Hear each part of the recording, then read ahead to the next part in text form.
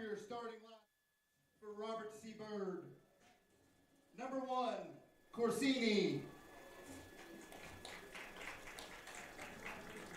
Number 15, Carvelli.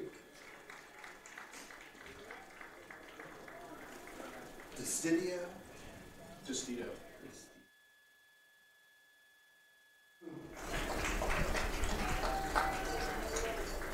Number 3, Schaefer. Number 18, From. Last minute. I don't know if I can. I'll try. Number 23. Oh, I'm sorry. Number 17, Maglowski. Number 23, Dobbins. Number 27, Ford. Number 4, Barnett. And number 22, Lawther.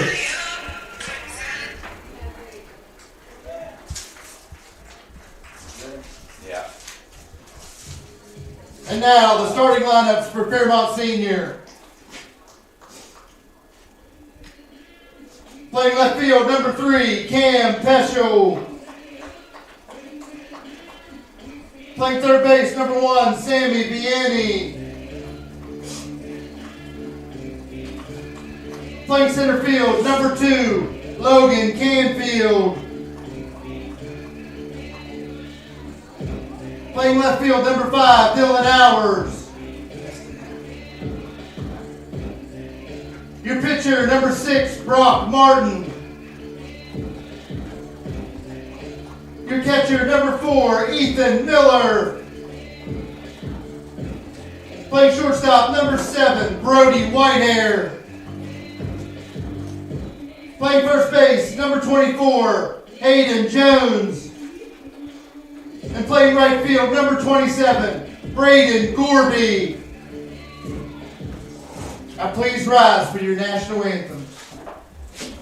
National Bank, where you can purchase or refinance your home with the no down payment Champion Mortgage. No down payment, no private mortgage insurance, no kidding. Visit your local branch to get started today. City National Bank, member FDIC, equal housing lender. To learn more, log on to mortgage.bankatcity.com.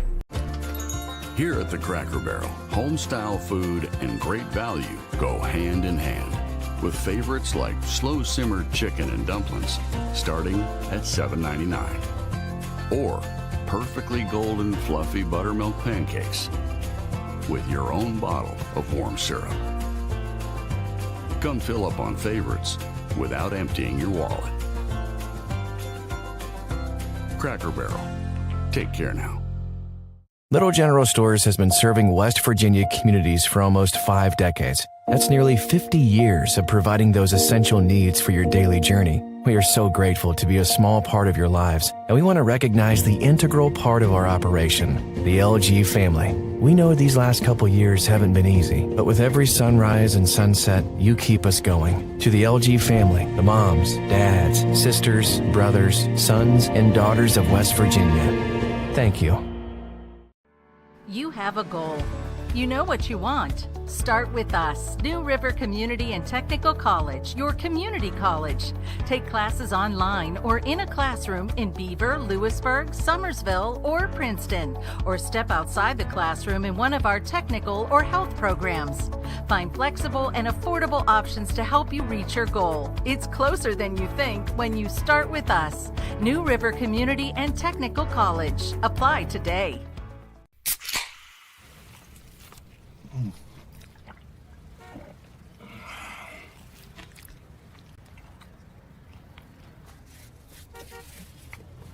Sandwiches, better with Pepsi. And we welcome you to Mary Lou Retton Park for the late edition of baseball, as this game was scheduled on late notice last night. Polar Bears of Fairmont Senior and the Eagles of Robert C. Byrd. I'm Eli Brady, here to take you through the action tonight. The Polar Bears come into this game at 11-5. They have played Robert C. Byrd already. The Polar Bears won that one 15-5. Then they lost to Kaiser 2-1. That was the last game we broadcasted here. They lost to Bridgeport after that, 14-11. Beat Berkeley Springs 16-3 and lost by 1 in 9 innings to Frankfort 5-4. The Eagles, on the other hand, since the loss to the Polar Bears 15-5, have beaten the Colts of Philip Barber 8-5. They got 10 run by Liberty 11-1, lost to South Harrison 12-6, and lost to North Marion 21-8. Robert C. Byrd has a couple players suspended in this game, and the Polar Bears pitcher starting on the mound tonight for the first time this season is the junior Brock Martin. Take a look in the field for the Polar Bears. At first will be Hayden Jones. Catcher will be Ethan Miller. Second baseman is Sammy Vianney. Shortstop, as usual, is Brody Whitehair. Third baseman, a little bit of a change there. Dylan Hour starting at the 5 spot. Cam Peschel starting in left field. Logan Canfield in center field. And Gorby will start in right. Take a quick look at the batting order for Robert C. Byrd before we get underway. Leading off will be Anthony Corsini. Carvelli and DeStito will follow him. Brock Martin has pitched an inning this season in the Pendleton County game, where the Polar Bears won by 10 in that one. This is the first time he's starting this season. Again, the Robert C. Byrd Eagles have a couple players out after a fight in the Philip Barber game a couple days ago, last week. So they're a little short-handed tonight. A couple JV players starting for Robert C. Byrd.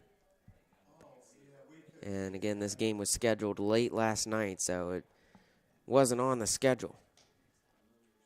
But we're just about ready to get it underway. And here's the first pitch from Brock Martin. It is up high for ball 1.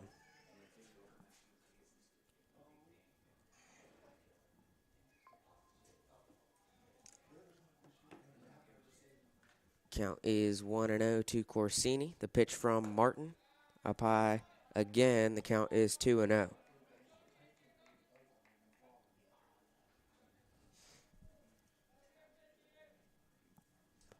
Martin kicks and fires the 2-0. Inside, caught the corner, strike 1. Count is 2-1 now to Corsini.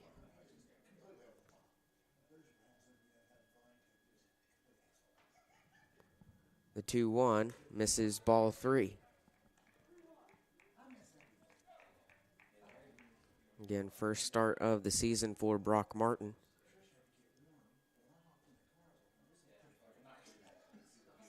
The pitch from Martin in the dirt, and Corsini walks. He's on. 1 on and nobody out. We'll bring up Carvelli for the Eagles.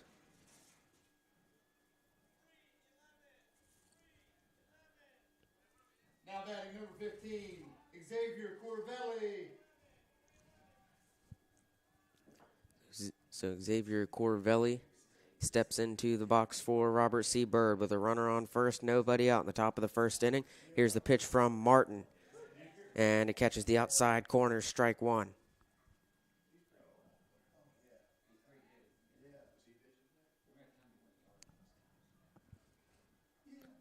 Martin checks the base runner Corsini at first. Pitches to Carvelli. Inside, they try to throw back to first, and it's a little late. Sliding on safely is Corsini. Still 1 on, nobody out. The count is 1-1 to Carvelli.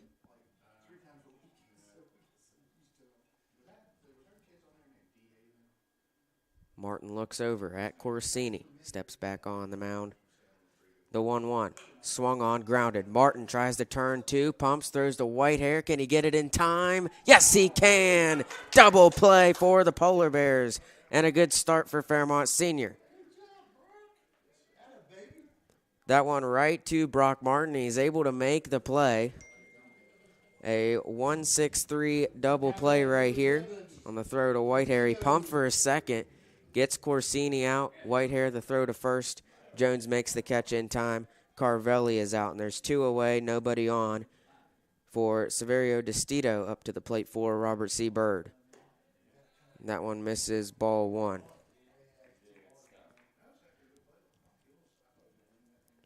Martin had to wait on Whitehair to get over to second to make the throw. He did. Didn't hurry the throw, didn't get an error. It was a perfect play, perfect execution for the Polar Bears. Here's a grounder to Vianney. He fields it cleanly. Throw to Jones in time. 3 outs. Top of the first is over. Scoreless as we flip to the bottom half of the first inning. Leading off for the Polar Bears will be Peschel, Vianney, and Canfield when we return here on Video Productions.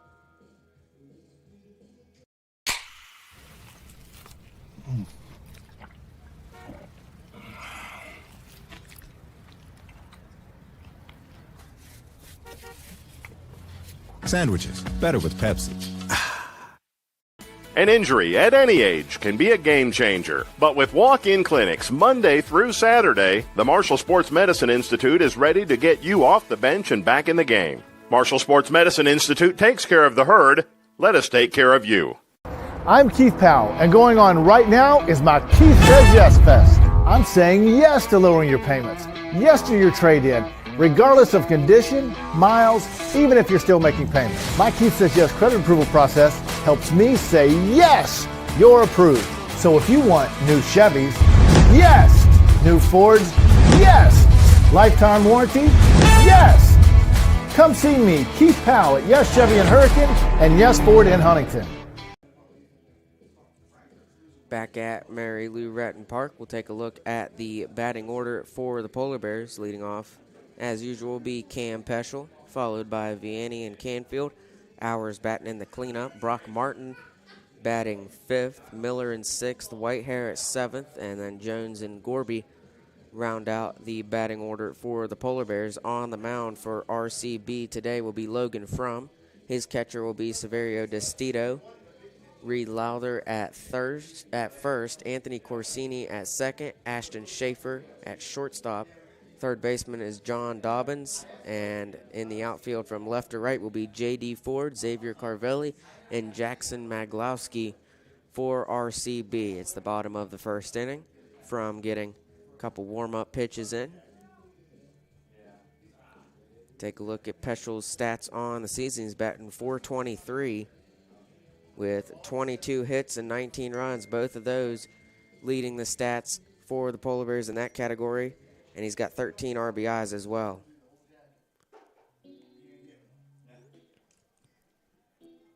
So Peschel steps up to the plate for the Polar Bears. Now batting your left fielder, number 3, Cam Peschel.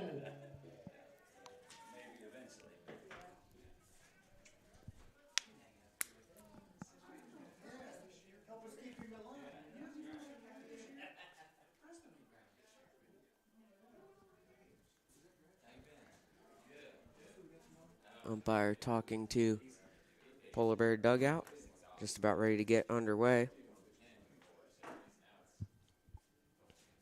Bottom of the first inning, and Peschel is up to bat. Here's the pitch from Frum, misses up high for ball 1.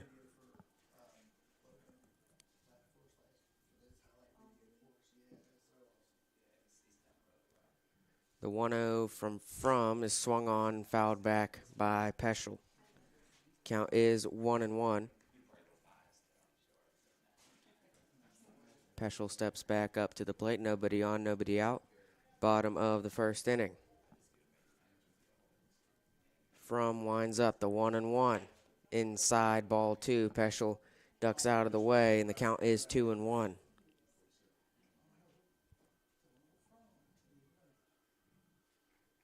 Frum gets the signal. Fires the 2-1 to Peschel. That one misses as well, and the count is 3-1.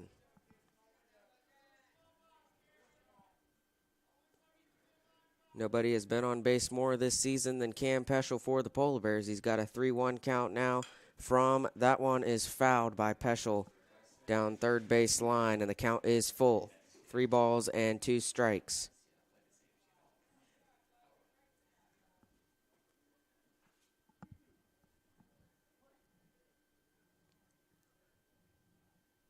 Here's the payoff pitch. Swung on and fouled again by Peschel. Stays alive. Count still 3-2.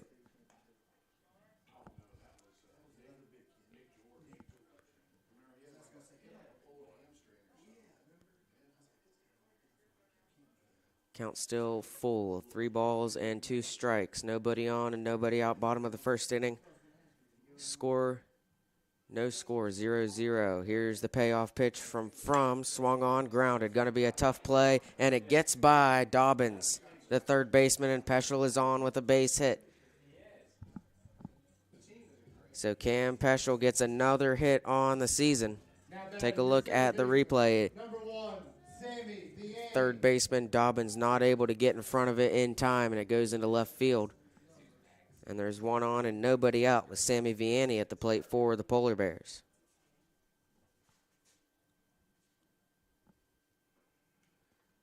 From deals that one low, ball 1. So that is hit number 23 on the year for Cam Peschel.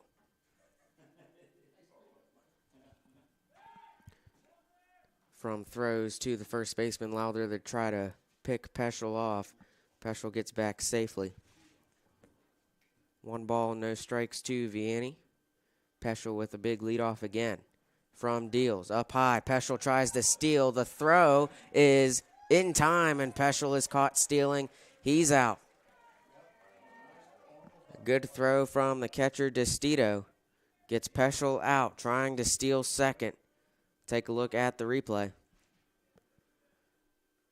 You don't get Peschel out very often while he's trying to steal, but they did there. Perfect throw from Destito.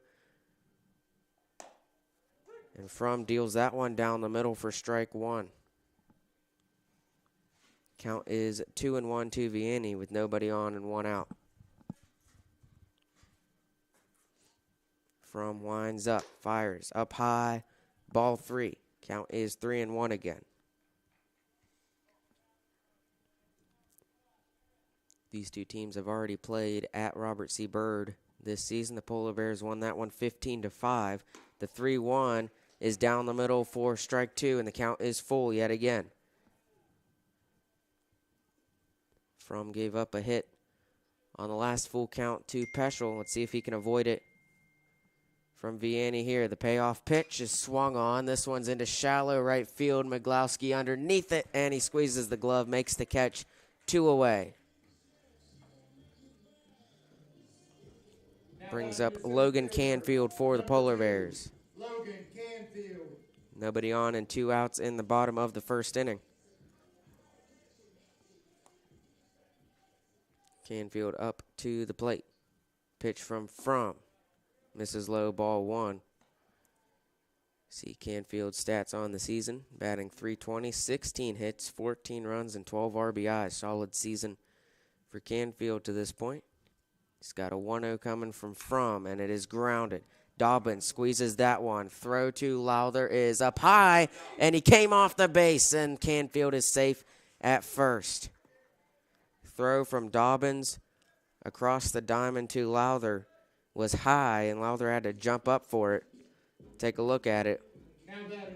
Dobbins was able to field it. He wasn't able to field the one from Peschel. He fields it, throws it, and you can see right here, Lowther jumps off the base, and Canfield gets there safely. Brings up Dylan Hours.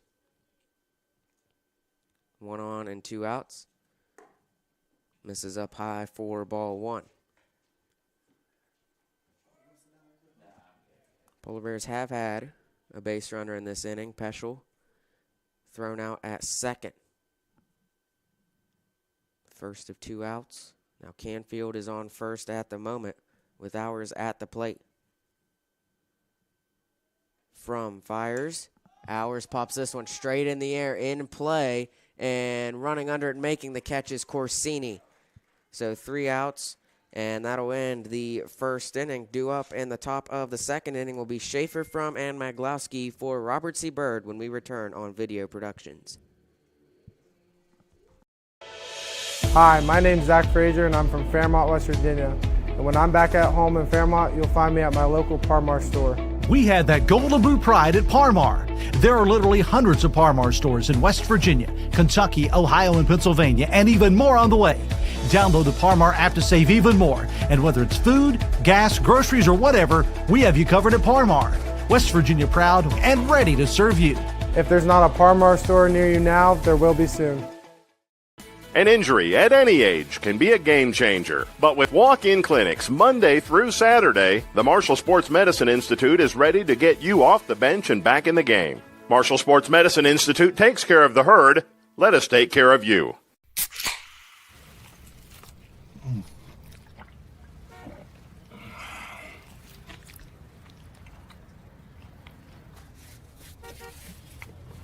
Sandwiches, better with Pepsi. Back at Mary Lou Retton Park, still scoreless after the first inning. Due up for the Eagles to start the second will be Ashton Schaefer, Logan Frum, and Jackson Maglowski. Brock Martin still on the mound for the Polar Bears. Only had 9 pitches in the first inning. Was able to make a double play. And it was a beautiful double play, a 1-6-3.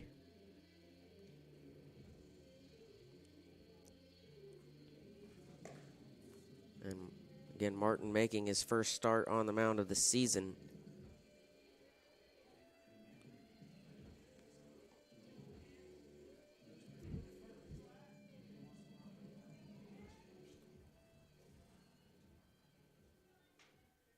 Now batting number 3, Schaefer. So Ashton Schaefer up to the plate for RCB.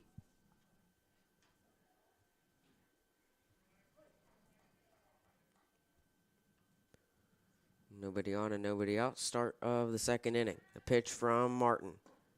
Misses for ball 1.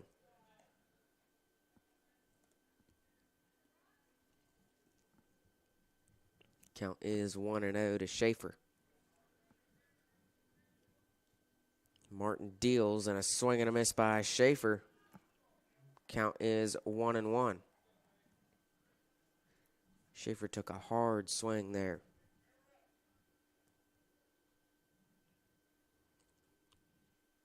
Martin gets the signal from Miller, deals the 1-1, swung on. This is in to left center field. Canfield is over, and it's off his glove. He can't hang on. Tries to throw to second, though. That is wide. Vianney has to move off the base, and it's a leadoff double for Ashton Schaefer to start the second inning for RCB.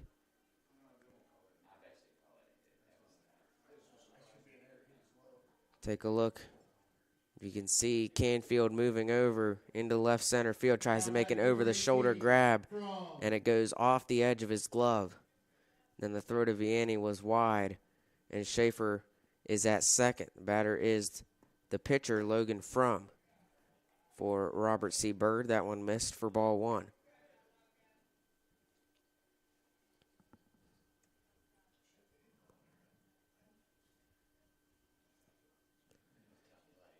Martin looks back at Schaefer, deals to Frum, misses ball 2. Eagles have 1 on, nobody out in the top of the second inning.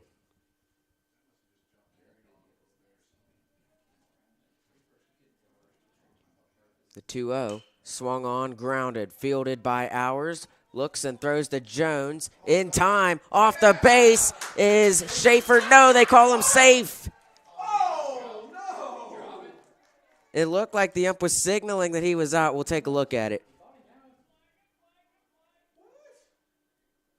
So you can see the grounder right to Hours. He's going to look at the base runner to keep him at second. He throws to Jones, gets Frum out. Then the throw back to second. It looked like it was in time. And the ump went in like he was going to signal out, but signal safe, and Schaefer remains at second, and Frum grounds out. Maglowski to the plate for RCB. That one misses low for ball 1.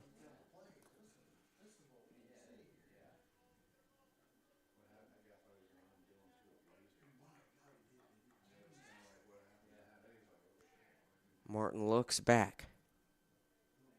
Deals the 1-0, swung on. This is to Whitehair, And Whitehair makes the catch. Schaefer gets back to second in time, only one out. But Miglowski gets out. Schaefer is on second safely, still one on, now 2 outs in the top of the second. Brings up John Dobbins for the Flying Eagles. Now batting number 23, Dobbins.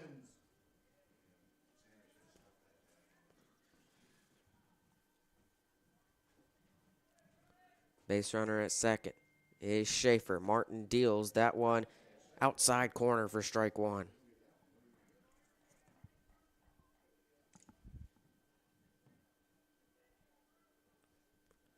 Count is 0-1. Martin looks back at Schaefer. He deals that one outside for ball one.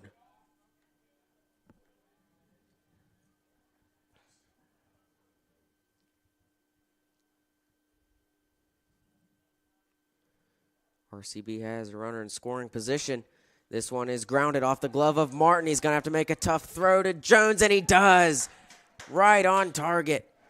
Good play from Martin again, and that is the third out of the top of the second inning. Due up for the Polar Bears when we return will be Martin, Miller, and Whitehair. You're watching live streaming coverage of Polar Bear Baseball on Video Productions. Hi, this is Meredith Mayer from Fairmont, West Virginia, and when I'm back home, you can find me at my local Par-Mar store. We had that thundering herd pride at your local Par-Mar stores. We are over 200 stores strong and growing. Download the Par-Mar app for even more savings and sign up for the Par-Mar rewards card. Whether it's food, gas, or groceries, we have you covered. We are Marshall, and we are Par-Mar stores. If there's not a Par-Mar store near you now, there will be soon.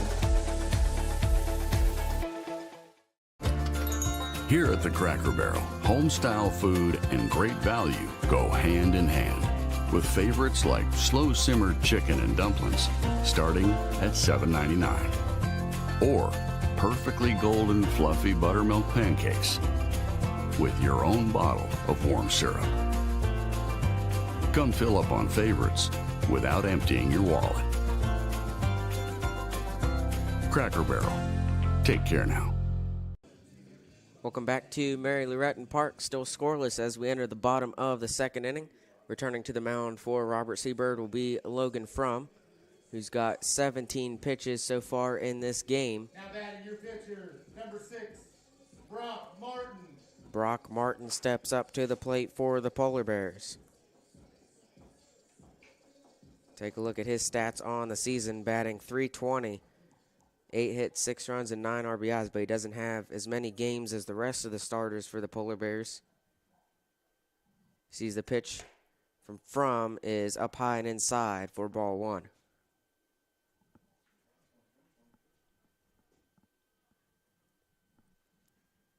Here's the 1-0. Fromm deals over the head of Martin, and he ducks down. The count is 2-0.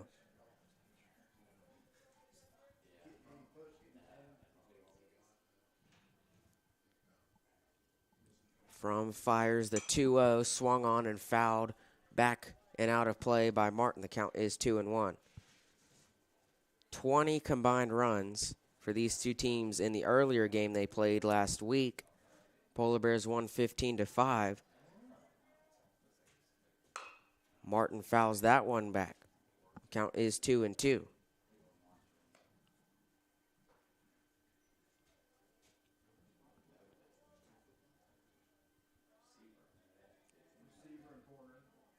It's a pitcher-on-pitcher matchup, and Fromm deals the 2-2. That one misses inside and up high. The count is full.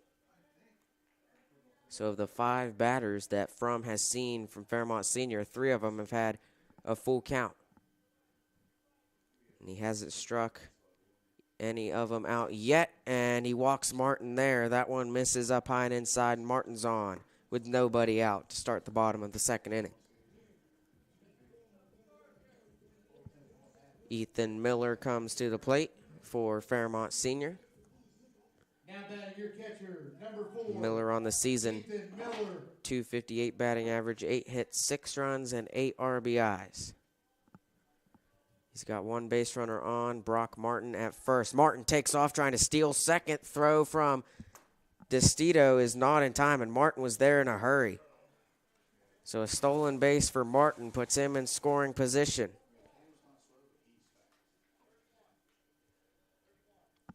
DeCito threw Peschel out on a steal attempt earlier, and now a courtesy runner coming in for Brock Martin. That is Tyler Veltri at second. So Martin gets the steal, and Veltri will come in to run in his spot. That pitch was a ball to Miller. The count is 1-0, and Tyler Veltri is the base runner at second.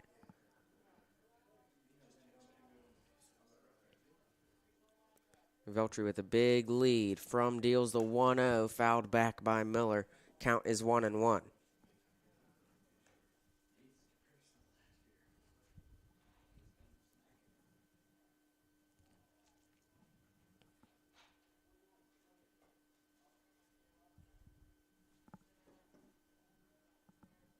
From turns back to second. Veltri was caught there, but he gets back in time safely. He almost got tagged out by Corsini.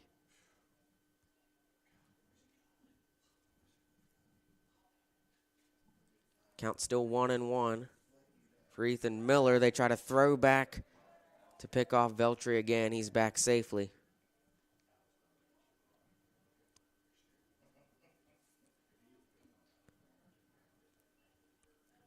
Veltri reestablishes that lead he's gotten. The pitch from misses up high.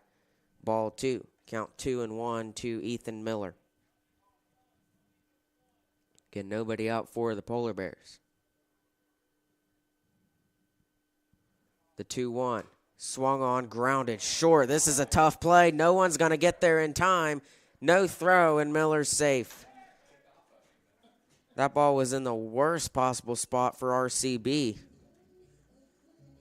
It died right in the grass between the pitcher and the shortstop, and Schaefer couldn't get there in time. He was worried about Veltri as well. Veltri stays put at second. There was no throw to first to attempt to get Miller out, and there's 2 on. Nobody out.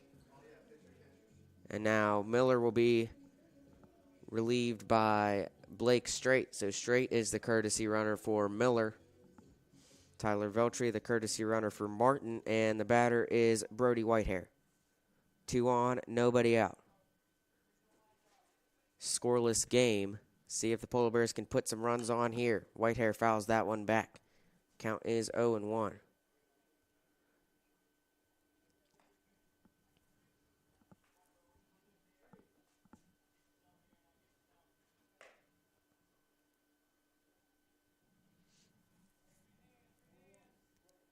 Veltri gets another big lead off second. From deals. Down the middle, strike 2. Count is 0-2 to Whitehair.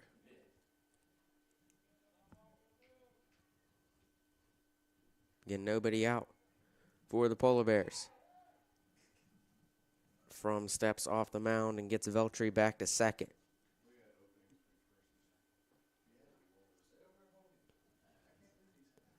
From fires the 0-2. Whitehair gets a hold of it into center field, and a catch made by Carvelli in center field, and Whitehair is out. It was a line drive right to the center fielder, Xavier Carvelli. And he charged it. If that got behind him, that likely would have scored 2. But he's able to hang on and make the catch for the first out of the bottom half of the second inning. There's still 2 base runners for the Polar Bears at first and second. Straight the runner at first. Veltri the runner at second. From looks back. Checks Veltri. And Veltri slides back on. Hayden Jones is the batter for the Polar Bears.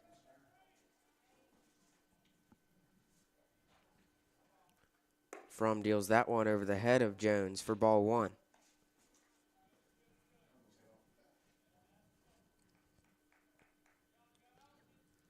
Veltri's been getting pretty big leads off second. Corsini is over there. That one fouled back by Jones. Corsini is standing over at second. There is a huge gap between Lowther, the first baseman, and Corsini, the second baseman. If Jones can put it there, it's a guaranteed hit. because there is no one in that gap for RCB. From looks back, deals the 1-1. Inside corner for strike 2.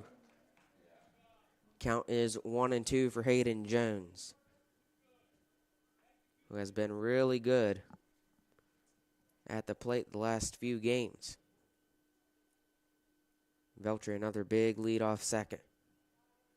From fires that one behind Jones, and he ducks down and takes ball 2. 1 out and 2 on.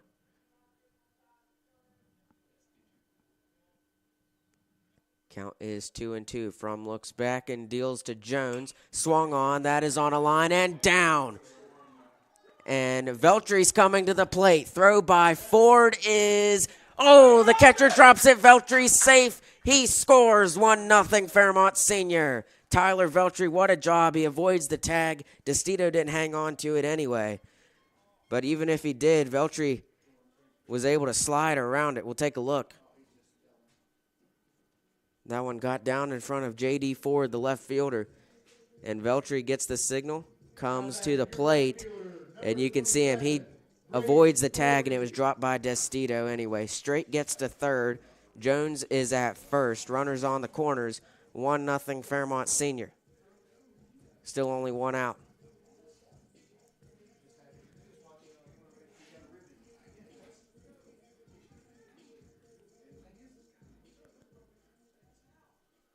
You can see that one not as deep into center field or left field by Jones, and from steps off the mound towards third, but looked back at first. 1 out, 2 on. That one is at the face of Braden Gorby, who is the batter. Gorby at 200 on the season.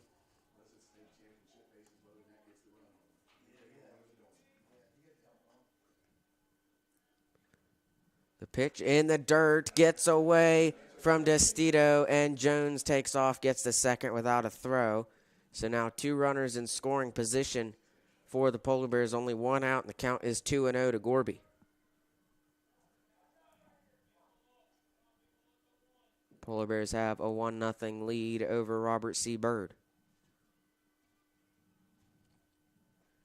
From fires that one down the middle. Count is 2-1 to Gorby.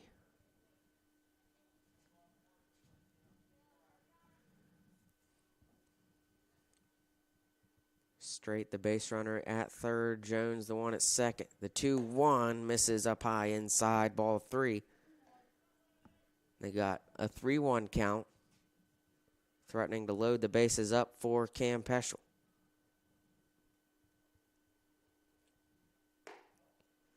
And that one missed, or they're going to say, yes, he walked. Gorby walks. The bases are loaded. Cam Peschel comes to the plate for the Polar Bears. Graphic says he's got 22 hits. He's got 23 as he's already got one in this game. He was thrown out trying to steal second in the first inning, but he's back in the bottom half of the second inning with the bases loaded. From fires that one down the middle for strike 1.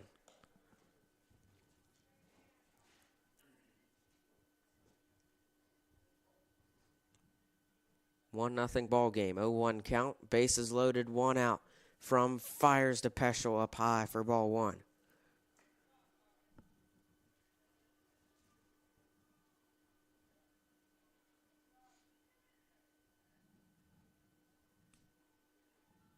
The 1-1.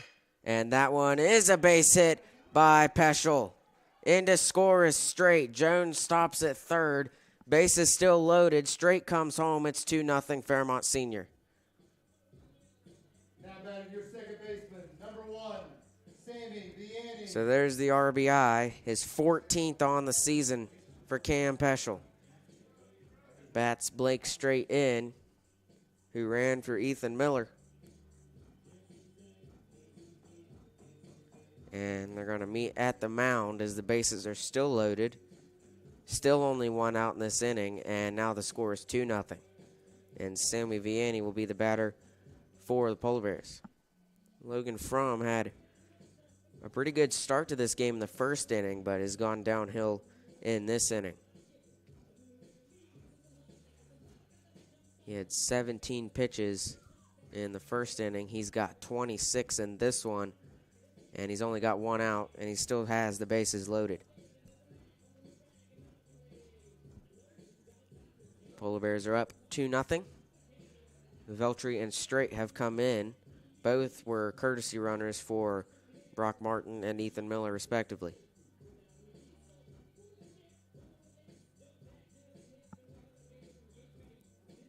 Peschel is the base runner at first for the Polar Bears.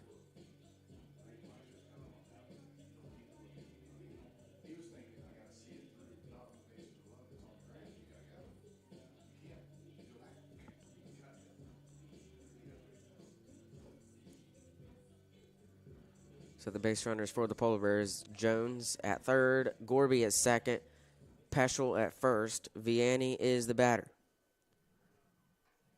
Only one out, 2-0 game. Here's the pitch from Fires to Vianney, inside for ball one.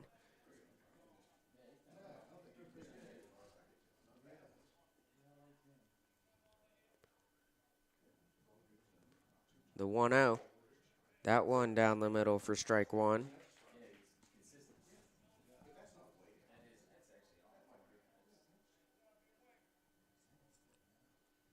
The 1-1, Vianney stands in.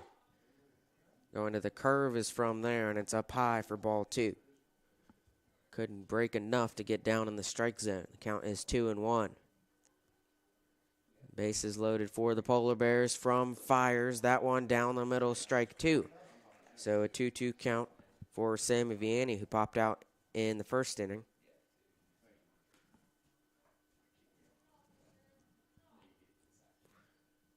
Fromm delivers the 2-2 inside. Count is full yet again. A walk right here would put in another run, make it a 3-0 game. Can Fromm avoid it? The payoff pitch is into right field. Charging it is Meglowski. It is down. Another run in for the Polar Bears. Hayden Jones comes in. It's 3-0. And the base is still loaded and still only one out. Your center fielder, number 2, Logan Canfield. It was shallow right field. Meglowski couldn't get there in time. Jones was tagging up. Didn't need to as the ball dropped. Didn't want to take a risk there. Fromm fires that one at Canfield, and he ducks out of the way for ball one. So Jones was the one who came in and scored for the Polar Bears. 3-0 Fairmont Senior. Bases still loaded, only one out. Count is 2-0 to Canfield. The pitch swung on, shallow left field. That is down. Gorby comes to the plate. Trying it is Peschel. It's cut off by Schaefer. Peschel's in, gets away from the catcher, taking off to third and getting there easily is Vianney. Canfield to second. 2 runs come in. 5-0 Polar Bears. A lot to break down on this replay. So that one right on the edge of the outfield. Gorby trotted in. Peschel sprinted in. The throw was wide by the shortstop Schaefer. That sent Vianney to third and Canfield to second. And that one gets away from the catcher. Coming in and trying it is Vianney. He will score. He let up at the plate. Almost got tagged out, but he's in, and it's 6-0 on the wild pitch. Take a look at the replay. Vianney probably should have slid there as the throw was almost in time, but he was clearly on. 6-0 Fairmont Senior. Hours fouled that one back. The count is 1-1. So Canfield is the runner at third. Peschel scored on Canfield's RBI, and Vianney scored on the wild pitch. From fires this one to Hours. He swings and misses. Count 1-2. Still only one out, but only one base runner now. And that is Canfield at third. Here's the 1-2 to Hours. Misses inside. Count is 2-2. Veltri, Straight, Jones, Gorby, Peschel, and Vianney have all scored in this inning. From will fire, and a swing and a miss by Hours. He strikes out.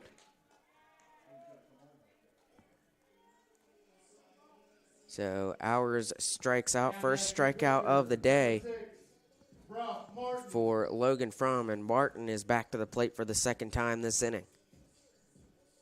He walked as the leadoff batter in the inning, started the scoring run for the Polar Bears. And he grounds this one. That's a base hit. RBI. Canfield's in 7-0. And that's just a routine base hit there, right between the shortstop and the third baseman.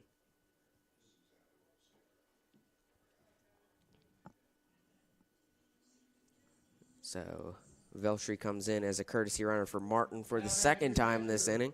Number 4, Ethan Miller. Ethan Miller comes up to the plate for the Polar Bears. He has a hit in this one. Blake Straight came around and scored. 2 outs. And runner on first is Martin. 7-0 Fairmont Senior. From fires. That one inside corner. Strike one to Miller.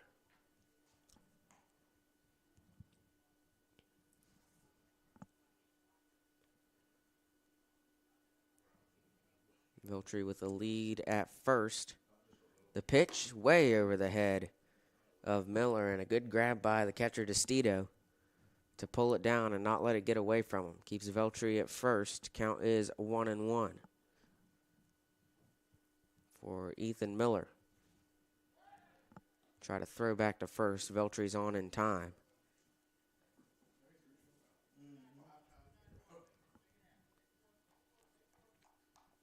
One on and 2 outs, the bottom half of the second inning. Polar Bears lead 7-0. All 7 runs coming in this inning. That one is in the air off the bat of Miller and out of play. Count moves to 1-2.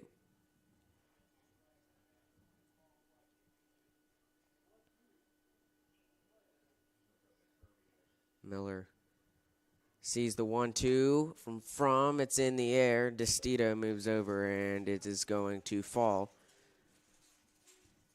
As a foul ball, count remains 1-2 to Miller.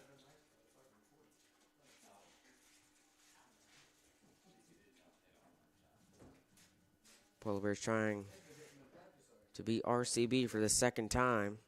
They played last Monday in Clarksburg.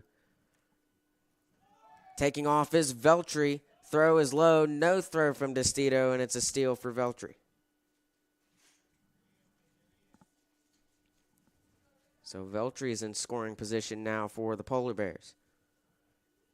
2-2 count. 1 on and 2 outs. From fires to Miller. Up high. Full count. Miller already has a base hit in this inning.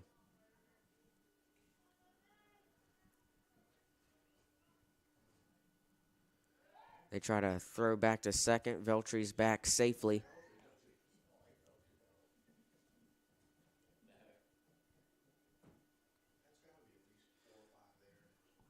From fires the payoff pitch way up high and inside. Miller walks, and he's on base for the second time in this inning. And Polar Bears will send Blake Straight out again to run for Miller, and the Eagles are going to meet at the mound. 7-0 game, still in the bottom half of the second inning, and Fromm has 65 pitches. 48 of them have come in this inning.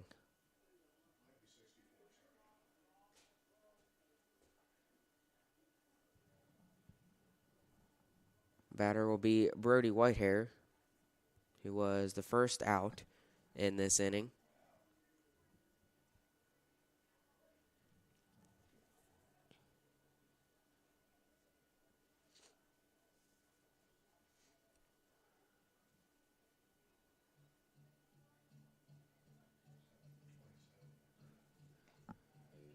And the new pitcher for RCB in relief of Frum will be the left fielder, J.D. Ford. We'll take a break while Ford warms up. It's still the bottom half of the second inning. The Polar Bears up 7-0. Live streaming coverage of Polar Bear baseball here on Video Productions.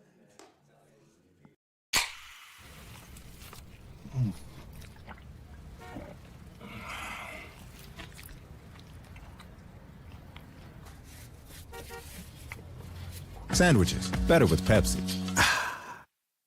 An injury at any age can be a game changer. But with walk-in clinics Monday through Saturday, the Marshall Sports Medicine Institute is ready to get you off the bench and back in the game.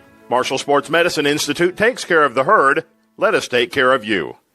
I'm Keith Powell, and going on right now is my Keith Says Yes Fest. I'm saying yes to lowering your payments, yes to your trade-in, regardless of condition, miles, even if you're still making payments. My Keith Says Yes credit approval process helps me say yes, you're approved. So if you want new Chevys, yes.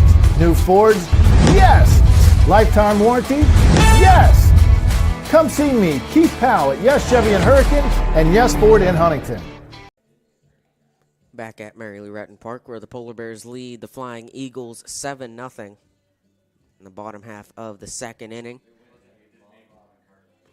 New pitcher for RCB will be J.D. Ford. He moves to the mound. Frum moves back to third, and third baseman Dobbins will move to left field where Ford originally was. Up to bat for the Polar Bears will be Brody Whitehair.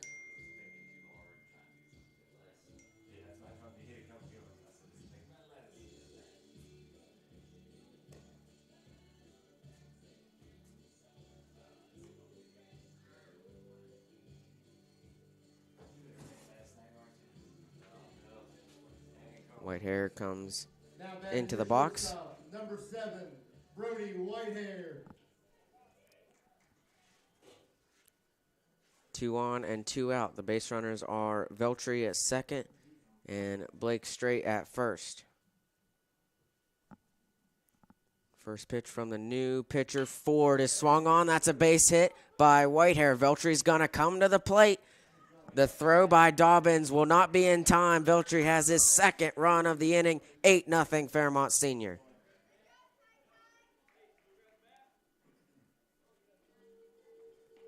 Take a look at the replay. Base hit by Whitehair right in that same spot that's been killing RCB all game. Veltri comes this time. Didn't have to try to dive out of the way of Destito. He stands up, comes across for the 8th run of the game and the 8th run of the inning for the Polar Bears. Jones at the plate for Fairmont. This one is in the air into shallow left center field. Going to be a tough play. It's down. Straight comes in. 9-0. Whitehair stays at third and Jones at first. Runners on the corners. 9-0 Polar Bears, and that one was just in that perfect spot. It was high into the air. In that spot where none of the 3 Eagles could get there. Schaefer, Dobbins, and Carvelli were all in a triangle, and it dropped right in the middle of all 3 of them. And Straight came in. Runners on the corners, 2 outs, a 9-0 lead for the Polar Bears. Pitch from Ford misses for ball 1 to Braden Gorby. So both Veltri and Straight have scored twice in this inning.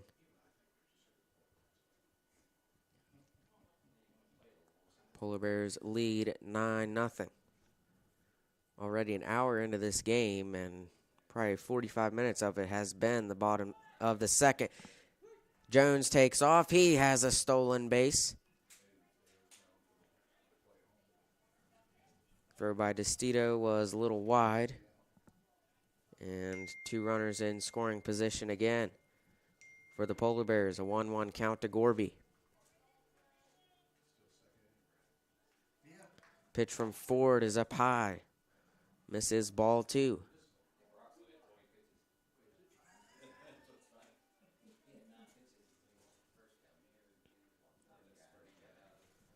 Ford deals that one outside, ball 3. The count is 3-1 to Braden Gorby.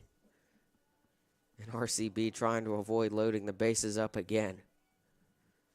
They've had it 3-4 times already. Haven't been able to do anything but allow runs, and there it is again. Gorby walks, bases loaded. Brings up Cam Peschel. Already has an RBI in this game, in this inning. And the bases are loaded. Number 3, Cam Peschel.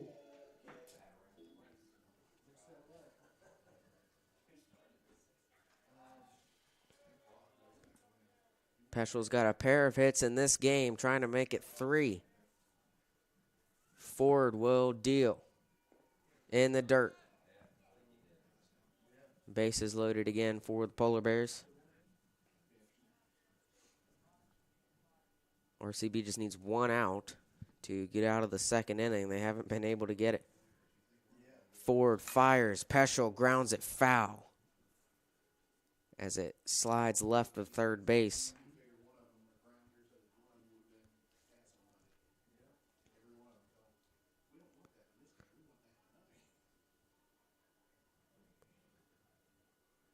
So the Polar Bears, it was scoreless going in to the bottom of the second. Polar Bears have scored 9 times. Pitch from Ford, that one misses over the head of Peschel. Count is 2-1.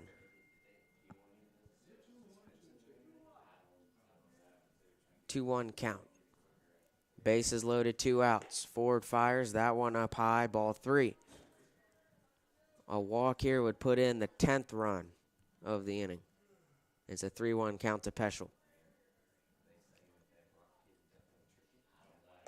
That one inside corner. Needed that from Ford. Count is full. 3 balls, 2 strikes. Bases loaded, 2 outs. Polar Bears lead by 9.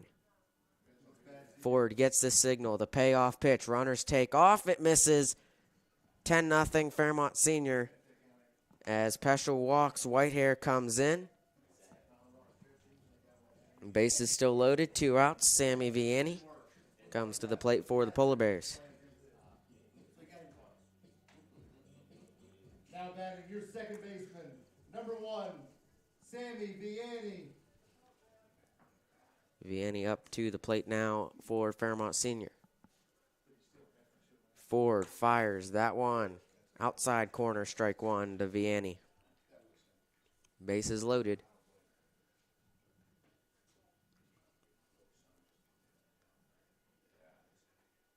The 0-1 inside for ball 1.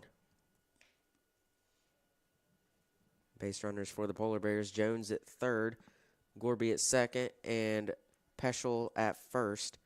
The batter is Vianney.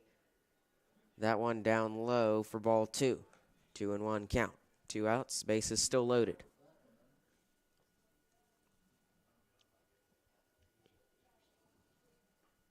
Ford fires the 2-1, and it is into right field. Over is Miglowski. He makes the catch. So the scoring stops at 10 in the inning for the Polar Bears. They lead 10-0 over Robert C. Byrd. Due up for the Eagles, it's been a while, will be Ford, Barnett, and Corsini when we return here on Video Productions. Hi, my name's Zach Frazier, and I'm from Fairmont, West Virginia. And when I'm back at home in Fairmont, you'll find me at my local Parmar store. We had that golden blue pride at Parmar. There are literally hundreds of Parmar stores in West Virginia, Kentucky, Ohio, and Pennsylvania, and even more on the way.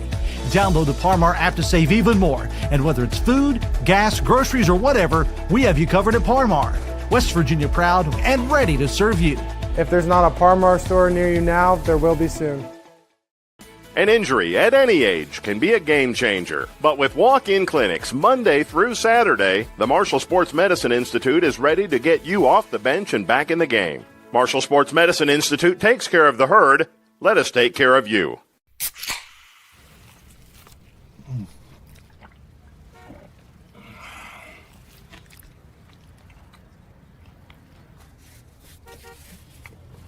Sandwiches, better with Pepsi. Back at Mary Lou Retton Park, on the mound for the Polar Bears is Brock Martin, who only has 20 pitches to this point. RCB's pitchers combined for 64 alone just in the second inning.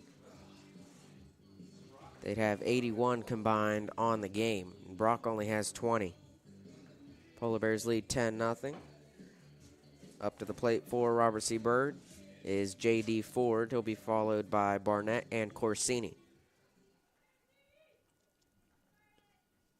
Now batting number 27, Ford. So Ford was the pitcher that came in relief for Fromm. Gave up 3 runs after Fromm gave up 7. That's how the Polar Bears have a 10-0 lead. Martin will fire. It is grounded right to Whitehair. It comes out of his glove. He throws to Jones, not in time. So the error by Brody Whitehair puts a base runner on for Robert C. Byrd. You can see the replay. It was bouncing towards Whitehair, and it just slides out of his glove last second. Tries to fire it to Jones, but it's late. 1 on, nobody out for RCB.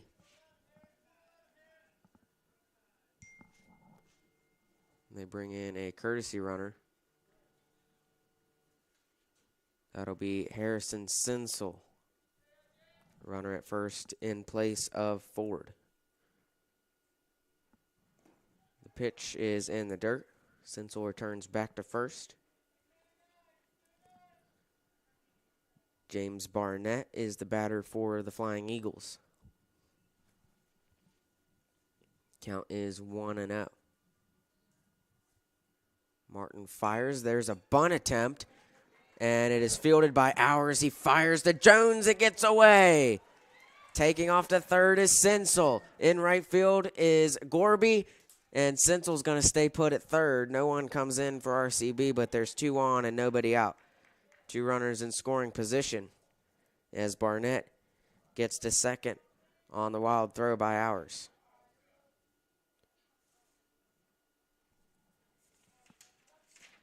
Now batting number 1, Corsini. Top of the lineup now for RCB. It's Anthony Corsini. Martin looks back. He deals. That one called strike 1.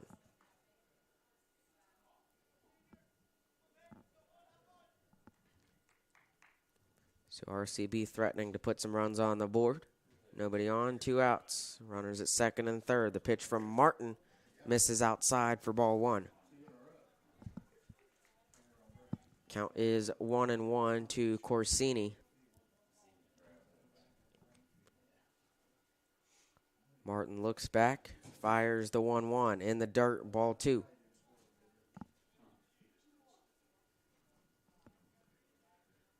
I think Sinsel would have been able to come home there, as it would have been a long throw from Gorby, but he stayed put at third.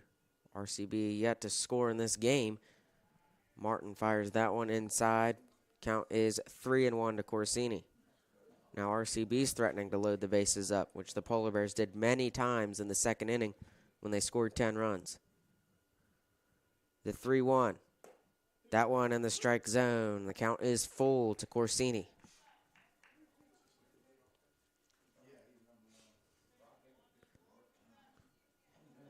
See what Martin can do here. The payoff pitch. Fouled back by Corsini. He stays alive. Still 3 balls and 2 strikes.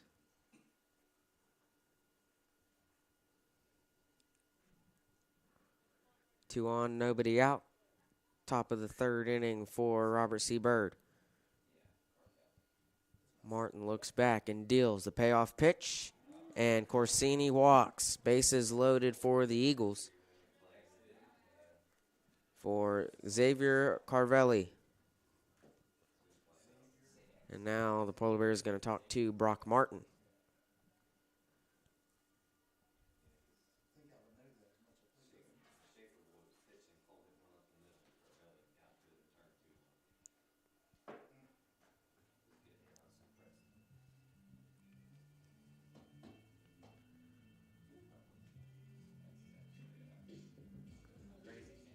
See what the Polar Bears decide to do here. Bases loaded, nobody out. They lead 10-0.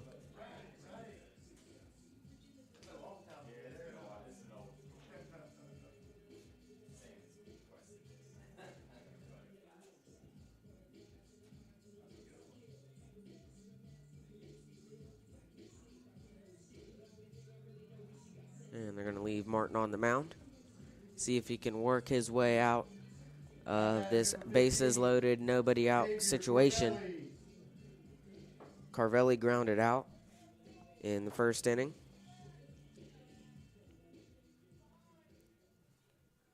Still only 10 pitches in this inning for Brock Martin. He fires. That one down the middle, strike one.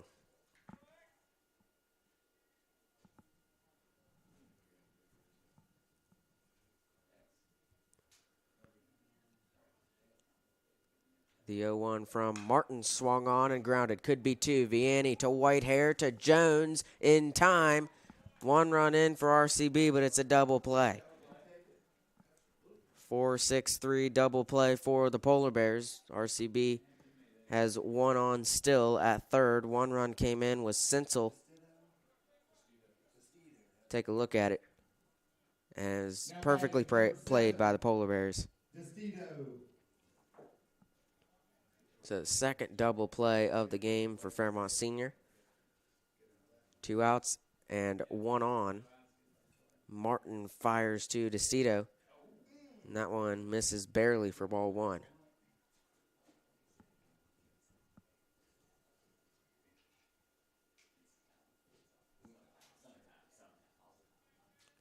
Martin fires again. That one misses inside. 2 balls and no strikes.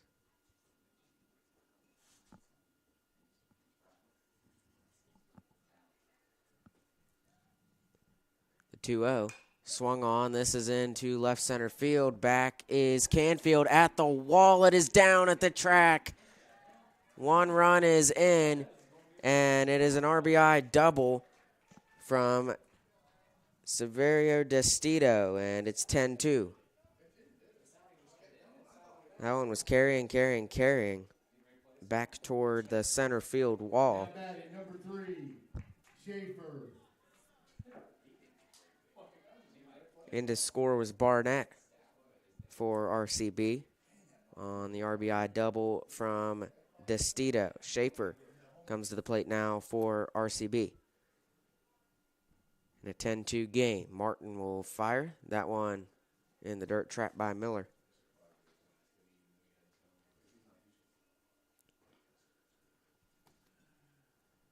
Base runner at second is Landon Frazier for RCB. Courtesy running for DeStito, who had the RBI double. So the lead only 8 now for Fairmont Senior. 1 on and 2 outs. Frazier leads off second. Martin looks back. The 1-1. Down the middle for strike 2 to Ashton Schaefer. Count 1 and 2. 2 outs, 1 on. 10-2 lead. Martin fires. Misses ball 2.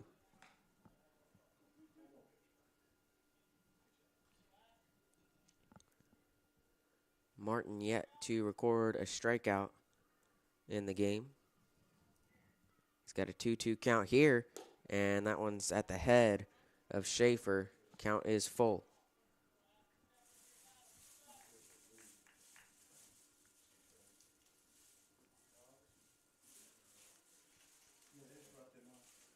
Martin fires the payoff pitch. That one misses. Schaefer walks.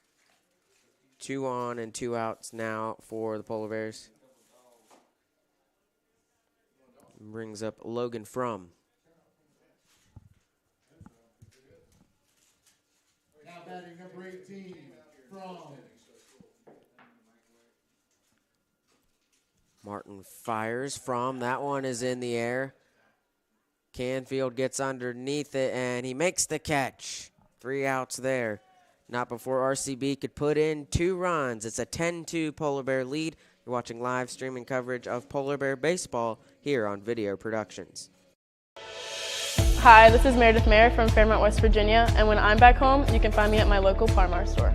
We have that thundering herd pride at your local Par-Mar stores. We are over 200 stores strong and growing. Download the Par-Mar app for even more savings and sign up for the Par-Mar Rewards Card. Whether it's food, gas, or groceries, we have you covered.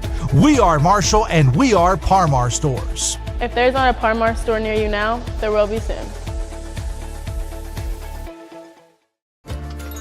Here at the Cracker Barrel, home-style food and great value go hand in hand, with favorites like slow-simmered chicken and dumplings starting at $7.99, or perfectly golden fluffy buttermilk pancakes with your own bottle of warm syrup.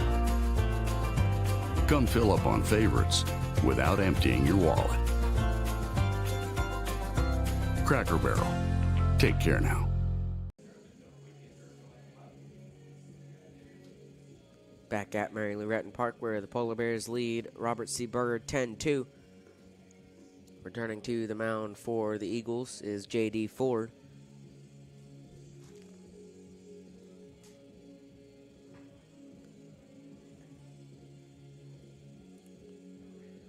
So Ford has 17 pitches in this game, and he came in relief in a 7-0 game, allowed 3 runs. Made it 10-0, and then RCB notched 2 runs in the top of the third, made it 10-2.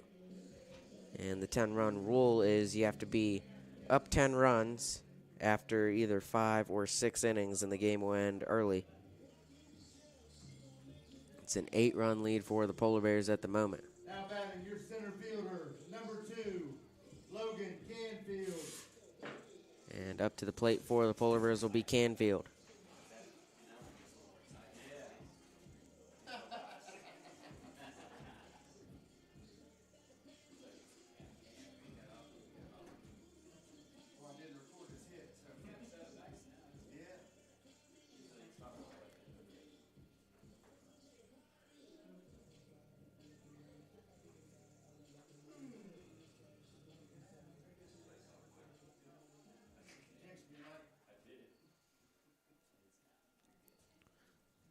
Canfield steps up to the plate. Start the bottom of the third inning. See if this goes any better for RCB. Well, it can't really get much worse, and it starts off with a grounder through the glove of Corsini, and Canfield looks to go to second, stays put at first, and he's on. And that one went right through the glove of Anthony Corsini. Canfield's on, 1 on, nobody out. Brings up Dylan Hours to the plate. Dylan Hours. It's another hit for Canfield in this game.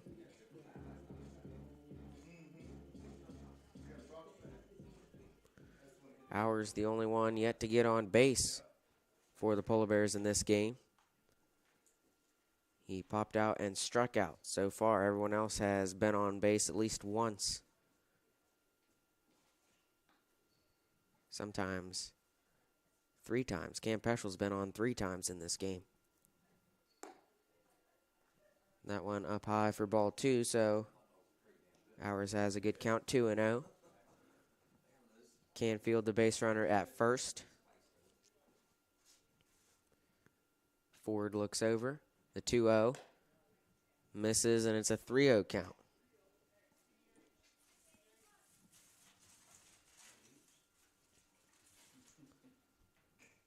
Hours steps back into the box. Has a 3-0 count. The pitch. Taking off is Canfield to second. Gets away from Corsini again. And Corsini remains down. He gets back up. Limps a little bit. Take a look. You can see Canfield take off. That was called strike 1. You see Canfield slides. Corsini looked back as he saw the ball go past him. Couldn't get out of the way of Logan Canfield, slid into him. But it's a steal for Canfield, so Hours has a runner in scoring position and a 3-1 count.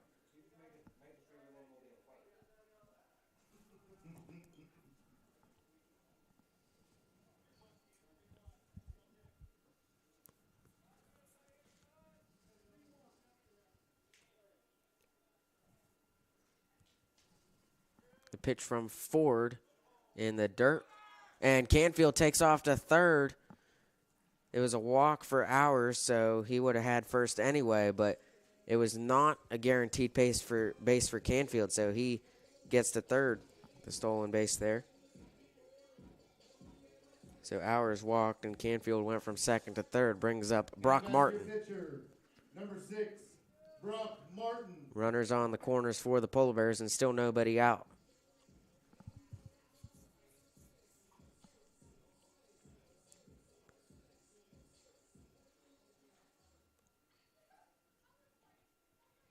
See if Martin can send Canfield home here. The pitch showing bunt. Hours takes off. He's got a stolen base. So now 2 runners in scoring position.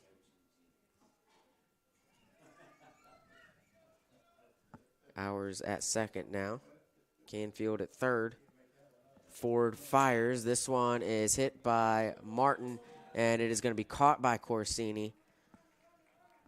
Canfield will stay put at third. And there's one away in the bottom of the third inning. Brings up Ethan Miller. And your catcher, number 4, Ethan Miller. So Martin pops out there for the first out of the inning for the Polar Bears. Miller comes up to the plate. Hours is second, Canfield at third. The pitch down the middle for strike 1. Good pitch there from Ford.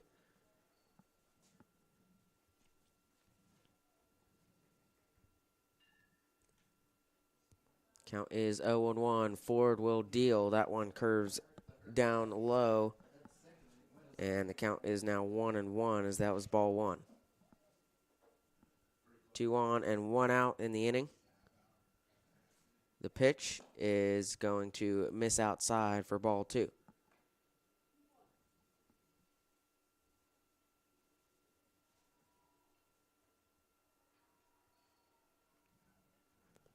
Ford fires, and Miller's going to foul it down third base line. Count 2-2 now.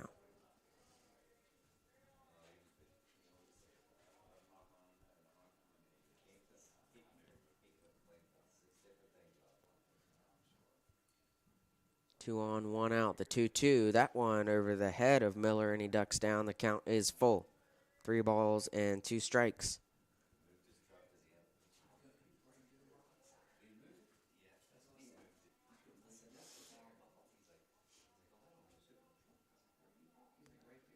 Ford, the payoff pitch, swung on, it's in the air, charging is Lowther, and it's going to go out of play over the RCB dugout, and the count remains full.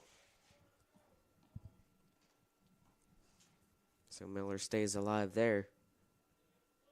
Only 1 out. On deck is Byrd Whitehair. Payoff pitch from Ford. That one misses low, and Miller walks. The bases are loaded again for Byrd Whitehair. How about your shortstop, number 7, Byrd Whitehair. Only 1 out in the inning. And the courtesy runner in place of Miller will be Slayton Jack. So Jack now goes to first base to run for Miller. And Whitehair comes up to the plate. The base is loaded and only 1 out, bottom of the third inning.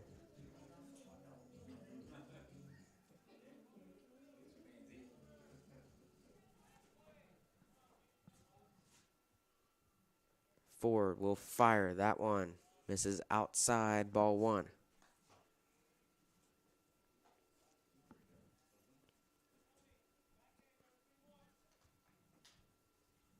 Hours with a massive lead at second. He wants to come home. This one is in the air. Under is Carvelli. Canfield tags. Hours tags. They throw to second. And Canfield's in for the 11th run of the game for the Polar Bears.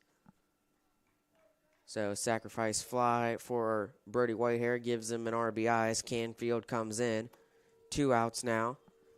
And runners on the corners will be Dylan Hours and Slayton Jack for Hayden Jones at the plate. Number 24, Hayden Jones. So So Canfield came in to score there.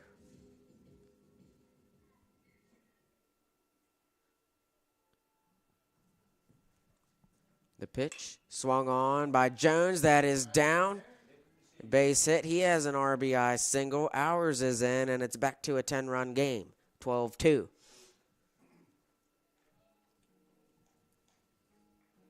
Now batting your right fielder. And Jones has 3 hits, all of them to that spot right there. Same spot every time. Consistent. Pitch from Ford up high to Gorby for ball 1. That was Ours who came in and scored on the RBI by Hayden Jones. That one is in the dirt. They throw to second as Jack came way off second. Thought it got behind Destito. He gets back safely, though. 2 on and 2 out. Count is 2-0 to Gorby.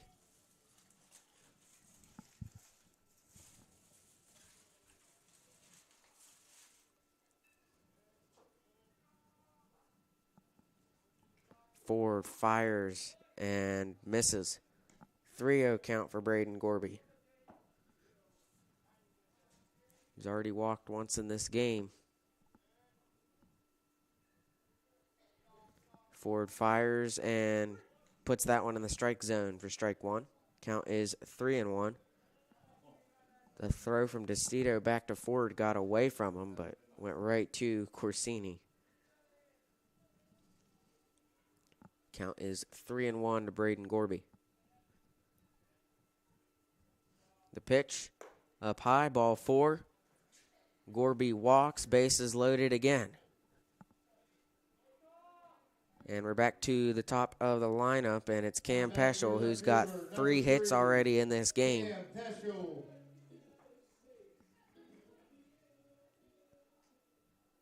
He's got the bases loaded with 2 outs. Sees the pitch from Ford, and it is in the air, shallow right field. Charging is Miglowski. It is down. No one can get it. Jack is in. Jones is in. Gorby stays put at third. 2 RBIs there for Cam Peschel, and it is 14-2. You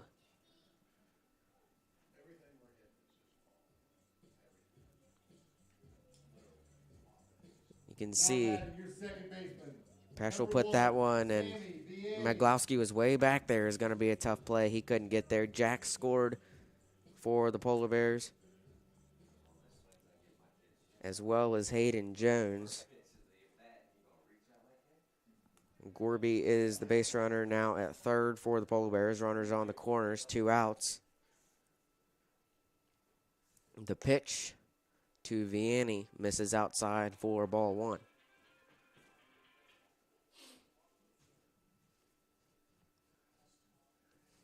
Ford fires this one to Vianney, and that one is fouled out of play. Count 1-1 to Sammy.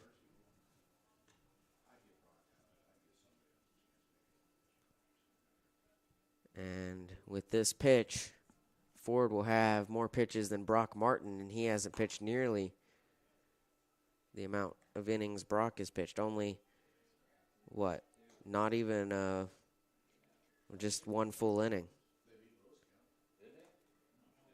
3 full innings for Martin, only 1 for J.D. Ford, and he's got more pitches. Polar Bears, everything they're hitting seeming to fall. Count 3-1 now to Vianney. The pitch swung on, and that's a base hit. RBI for Vianney, and Gorby is in. Gorby walks across the plate for the 15th run of the game for the Polar Bears, and an RBI single for Vianney. Still 2 base runners. It's Peschel at second, Vianney at first. 2 outs in the bottom of the 3rd inning. Number 2, Logan Canfield. Canfield back up to the plate for the 2nd time this inning. He's already came in and scored. And Canfield's going to try to bat left-handed. Usually bats right-handed, but when he pitches, he throws left-handed. Lefty in football, and he cranks this one into right field. Miglowski is back underneath it, and he makes the catch. So he had some power under it, but Miglowski was there to make the catch. 3 outs, but not before the Polar Bears could score 5 more runs. They lead by 13. It's 15-2 here on Video Productions.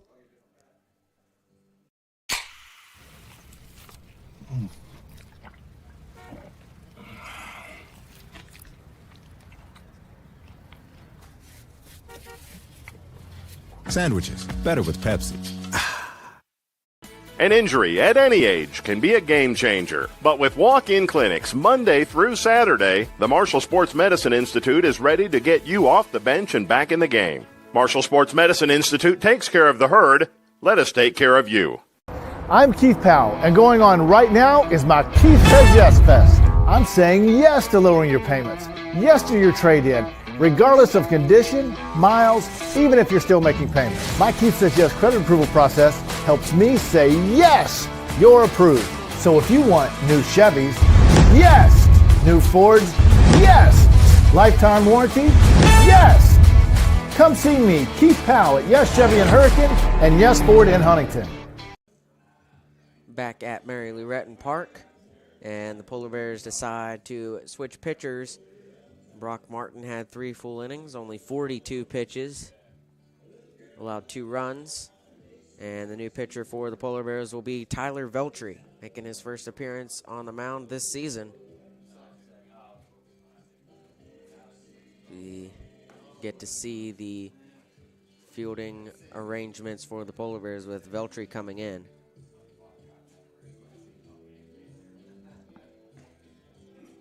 Looks like Peschel will remain in left field, Canfield center, and Gorby in right.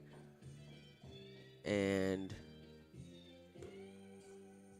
Vianney will be shortstop, I believe, and then straight second. Jones remains at first. And that'll mean Veltri comes in for Whitehair. And Whitehair, who started at shortstop, not going to be in the field now with Veltri on the mound. Yes, Vianney goes over. Straight takes his place at second. And Brock Martin also not in the field as he's pitched 3 innings so far. Catcher will remain Ethan Miller. Start of the 4th inning. Polar Bears scored 15 runs in the win against RCB last Monday. They have 15 now. Batter is Miglowski, and a swing and a miss there. It's strike 1.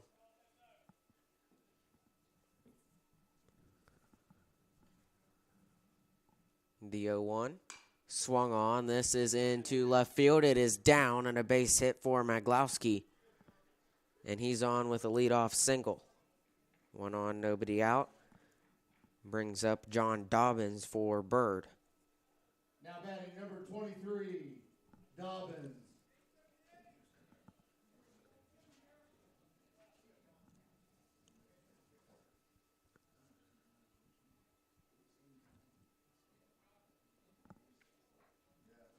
Miglowski gets a lead off first. Veltri fires, and this one is high into the air. In fair territory, Peschel makes the catch. 1 away. Miglowski stays put at first, and Dobbins pops out. Brings up J.D. Ford. Still 1 on and 1 out. Base runner is Miglowski at first. Veltri fires. That one misses barely for ball 1.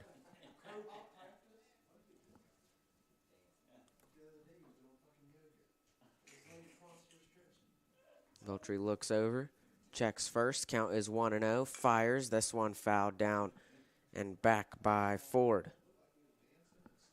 Count is 1-1. 1 on and 1 out. Top of the 4th inning. Eagles trail the Polar Bears by 13.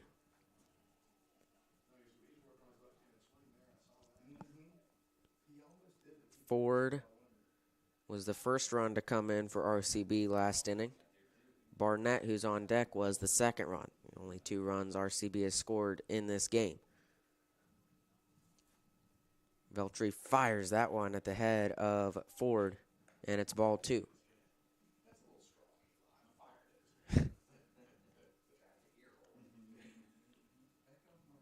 1 on and 1 out.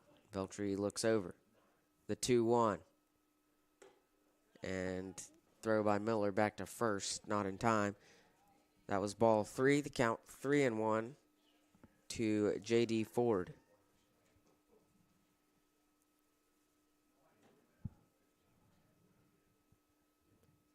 The 3-1 swung on, fouled back. Count is full. 3 balls and 2 strikes. Base runner for RCB is Jackson Maglowski. Only 1 out. The payoff pitch from Veltri, and this one is hit on a line into left center field. Peschel after it, making the catch, sending Maglowski back to first. That's the 2nd out of the inning. Brings up James Barnett for the Eagles. Still 1 on, now 2 outs.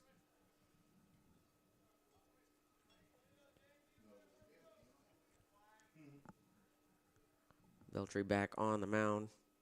2 away in the top of the 4th. Gets the signal from Miller. Fires to Barnett. Inside corner for strike 1.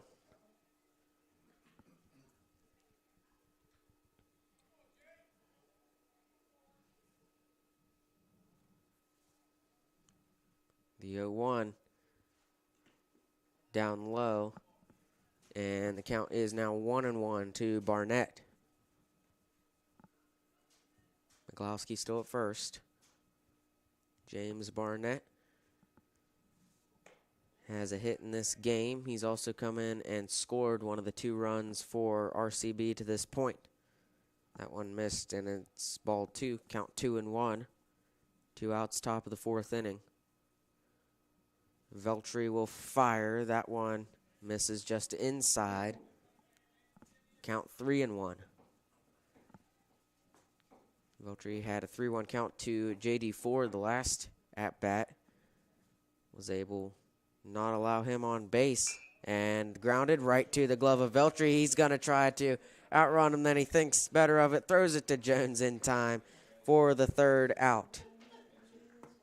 Polar Bears still lead by 13. We head to the bottom half of the 4th inning when we return here on Video Productions. Hi, this is Meredith Mayer from Fairmont, West Virginia, and when I'm back home, you can find me at my local Par-Mar store. We had that thundering herd pride at your local Par-Mar stores. We are over 200 stores strong and growing. Download the Par-Mar app for even more savings and sign up for the Par-Mar Rewards Card.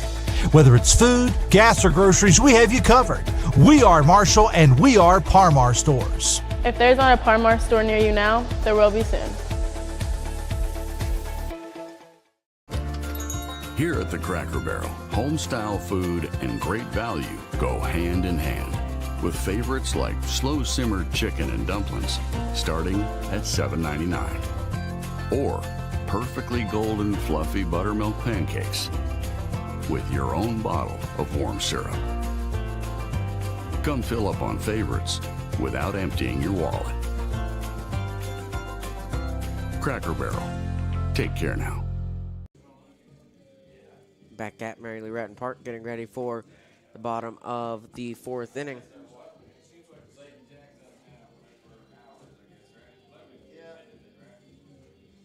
Now RCB has switched pitchers. Jackson Maglowski will come in relief of J.D. Ford.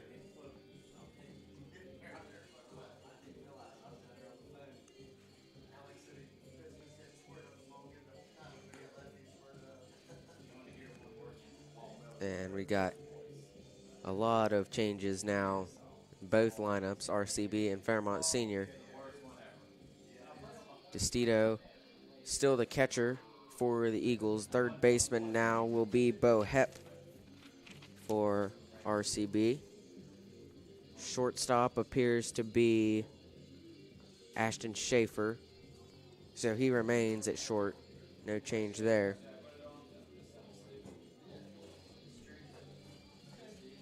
Hepp, the third baseman. Corsini will remain at second.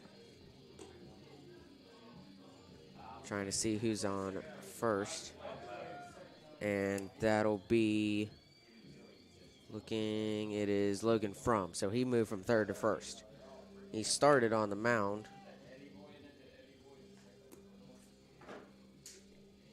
In right field for RCB now will be John Dobbins, who was in left field. He started at third.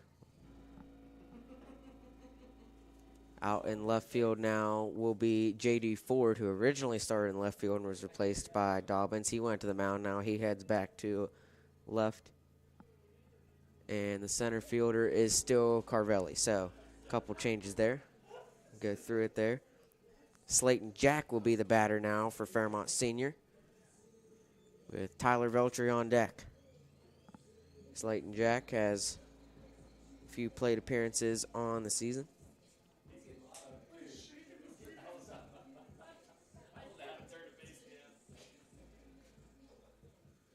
Now batting number 33, Slayton Jack.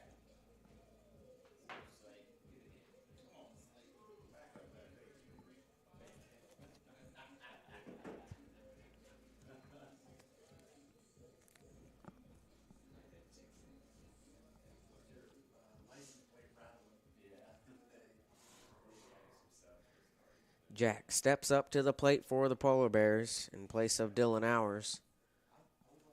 The pitcher now, Miglowski, fires. A swing and a miss by Jack.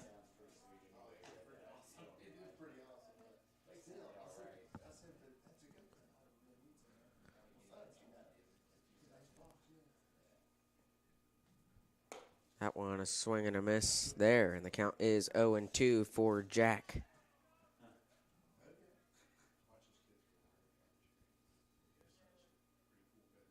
Oh-2 from Miglowski. Swing and a miss. 3 straight swings, 3 straight strikes, and a strikeout there for Miglowski. Only the second strikeout of the game for all pitchers for RCB. Tyler Veltri. And Miglowski does it on the first batter he sees. Brings up Veltri.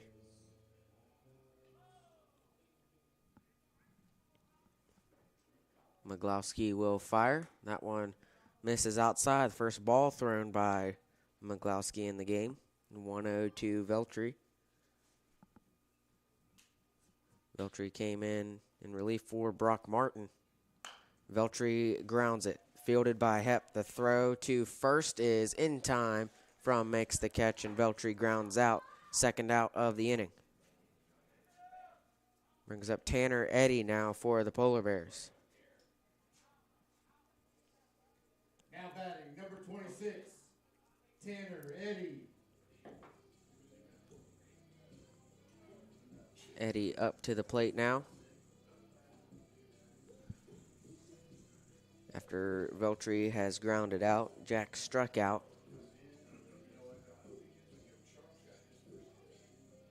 Now, Eddy, you could give him a run on the season in the Pendleton County game. The 10th run came in. He would have been the 11th. All they needed was 10 to beat Pendleton. So, could give him a run there. That one was called strike one. Miglowski fires, a swing and a miss by Eddy, and the count is 0-2.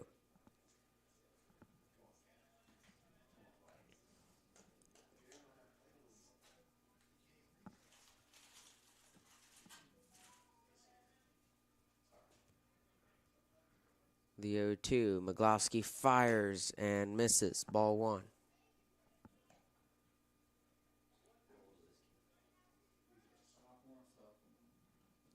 Count 1-2, nobody on, 2 outs. Bottom of the 4th inning, Polar Bears up 13. Miglowski fires that one.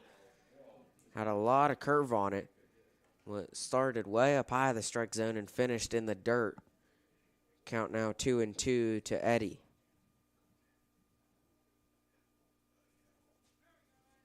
Miglowski, lefty, fires. That one just barely outside. And the count now full for Tanner Eddy.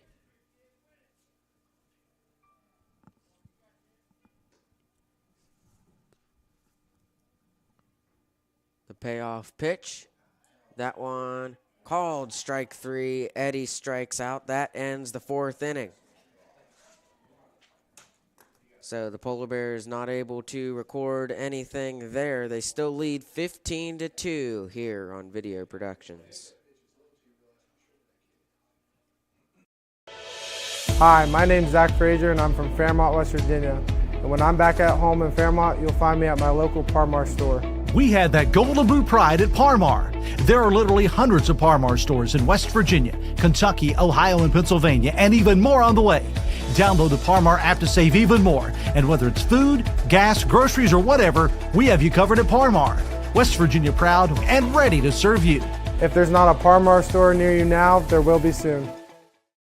An injury at any age can be a game changer, but with walk-in clinics Monday through Saturday, the Marshall Sports Medicine Institute is ready to get you off the bench and back in the game. Marshall Sports Medicine Institute takes care of the herd. Let us take care of you.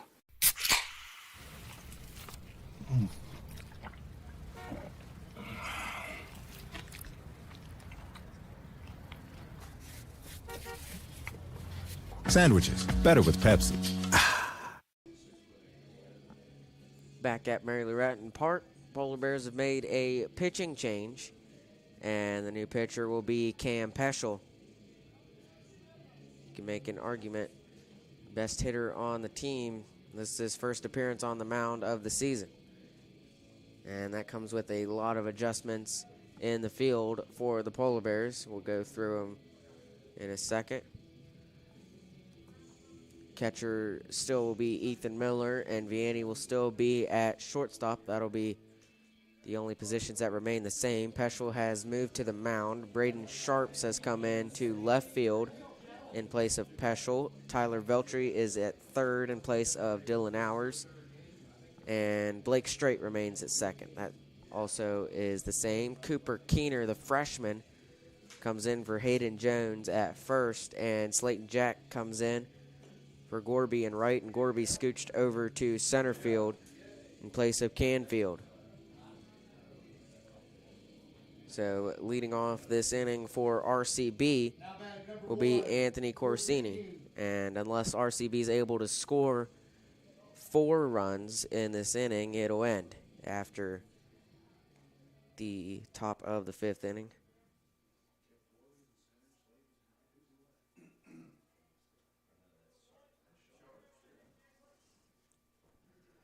So Cam Peschel on the mound for the first time this season, fires, and it is fouled by Corsini. Polar Bears scored 15 runs last Monday against RCB. They have 15 on the board at the moment. Peschel deals 0-1, misses inside, ball 1. Count moves to 1-1 with nobody on and nobody out, top of the 5th inning. Peschel deals. That one missed up high. Count 2-2. 2-1. Nobody on, nobody out. Corsini has walked twice and been thrown out at second twice. He swings and misses there. Count goes to 2-2.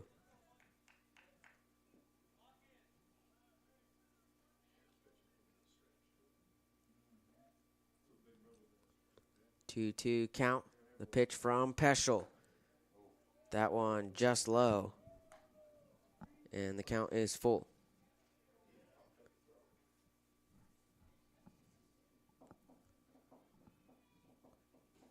Three balls, 2 strikes. The payoff pitch swung on by Corsini, and that'll head foul and out of play.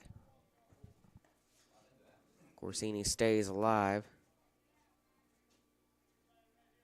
It's had a full count each time. He was walked twice, ended up getting thrown out at second twice. Peschel fires that one over the head of Corsini, and he walks for the 3rd time today. Xavier Carvelli still in the lineup for RCB.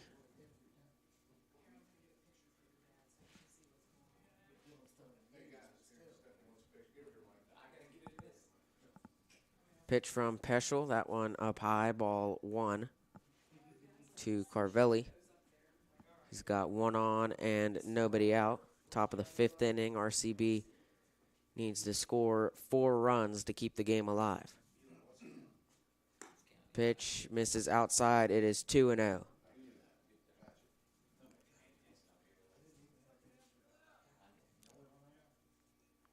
One on, nobody out. Here's the 2-0 from Peschel. That one behind him. Corsini takes off. This time he'll make it to second without getting thrown out. So Corsini now in scoring position for RCB. On the passed ball, count 3-0 to Carvelli. Peschel looks back and deals. Down low, ball 4. 4 pitches, and Carvelli walks. Brings up Saverio Destito now for RCB. 2 on, nobody out. Now batting number 7, Destito. Said RCB needs to score 4 to keep the game alive. They've got 2 on, nobody out. Peschel deals. That one inside. Just getting out of the way is Destito. Now 5 straight balls thrown by Peschel. Well, 6 if you go back to Corsini. That one outside, ball 2. See what Peschel decides to go with here on a 2-0 count to Destito. The pitch. That one missed. So it's now 8 in a row thrown by Peschel. He's got a 3-0 count again. Destito shows the bunt. That one misses inside. Ball 4. Destito walks, bases loaded. Now he can't walk anymore without allowing a run. And here comes the meeting on the mound. So 13 pitches. See what they decide to do. Maybe potentially putting Straight on the mound. We'll see.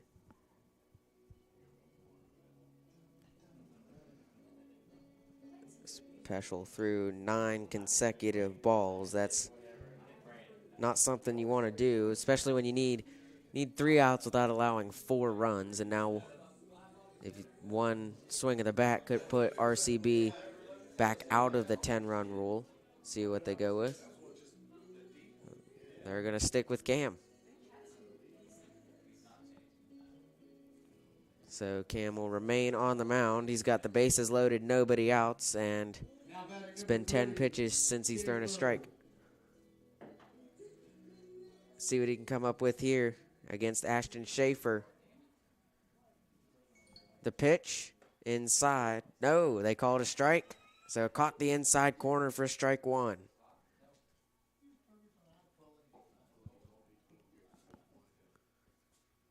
Peschel gets the signal. Throws that one, misses behind Schaefer. Count 1-1. Trying to avoid a walk here. The pitch, down low, ball 2.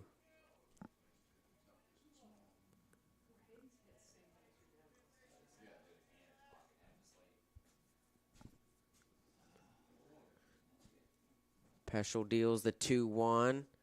That one outside for ball 3. He's got a 3-1 count. A walk here will give RCB their 3rd run of the game. Here's the 3-1. Swing and a miss. The count is full now. Ashton Schaefer.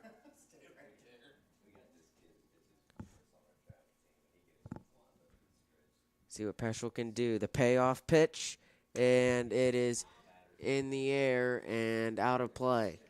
Foul ball, so Schaefer stays alive.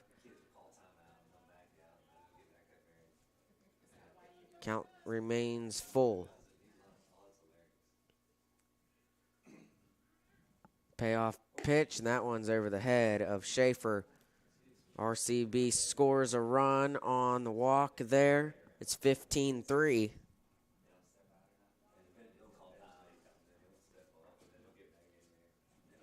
And they're going to talk with Peschel again and likely change this time. So he couldn't avoid allowing another run. Yep.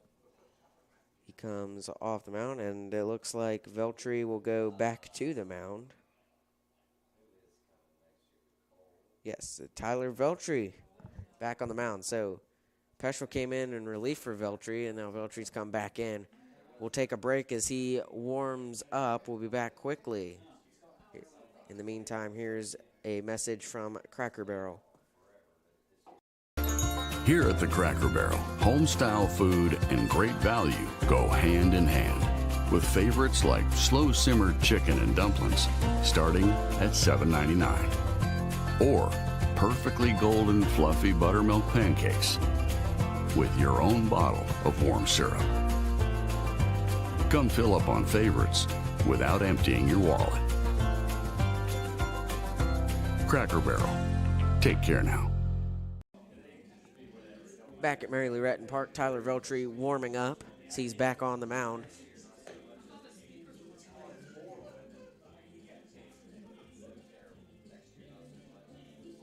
Assuming Peschel will just move to third, and Veltri and Peschel will just swap spots. Bases still loaded, nobody out, top of the 5th inning. RCB 3 runs will put them out of the 10-run mercy rule. RCB sends a courtesy runner out there to second in place of DeStito. That is Landon Frazier. And Carvelli at third as a base runner. And Schaefer at first, who just walked there. From up to the plate, Corsini has come in and scored in this inning for RCB. Has cut the lead to 12. But they're doing damage. Logan Fromm started this game on the mound. Sees the pitch from Veltri outside, ball 1.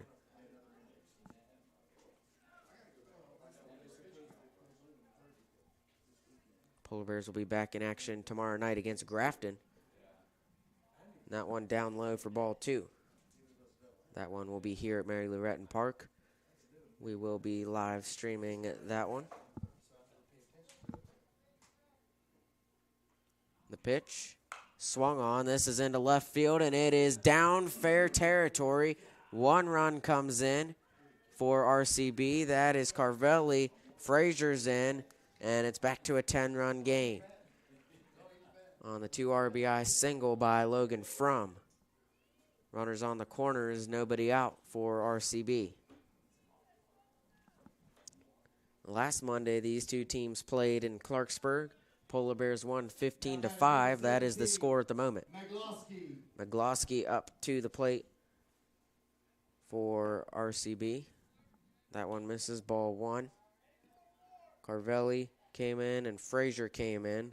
That's 3 runs in the inning for Byrd.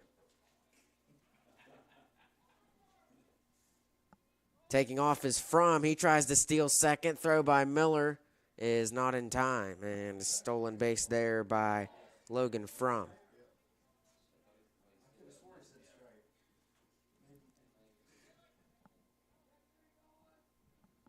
Count 1-1. Veltri. That one outside corner.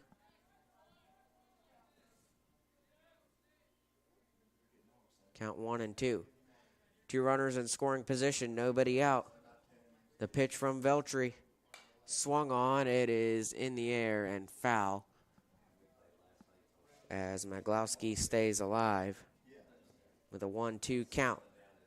Another run will put RCB out of the 10-run mercy rule, which would end the game if the Polar Bears are able to get 3 outs.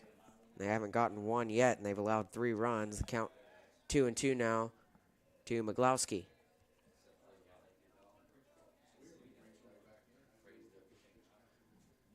The pitch, called strike 3, and Veltri strikes out Maglowski without a swing. First strikeout of the season for Tyler Veltri. First out of the inning, still 2 on. Now batting number 23, Dobbins. Now 1 out. That'll bring up John Dobbins for the Eagles.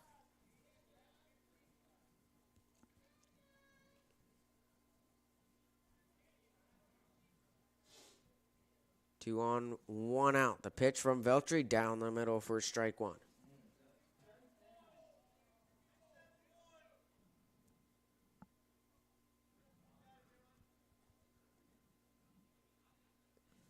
Here's the pitch. Showing bunt is Dobbins, and he pulled back just in time. The count 1-1 now. 2 on, 1 out. Veltri looks over. The 1-1 up high, ball 2.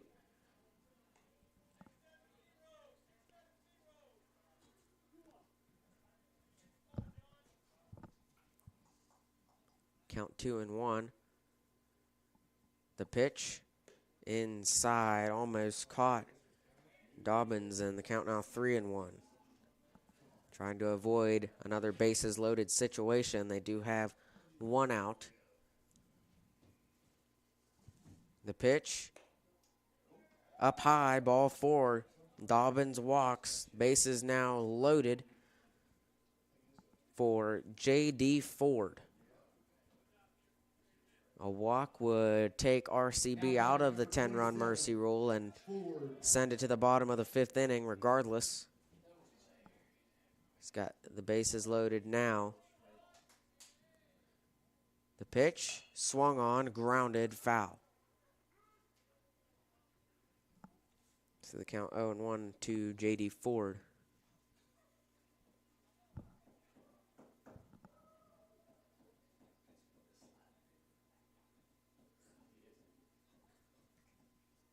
One out, bases loaded. The pitch from Veltri. Misses outside, ball 1.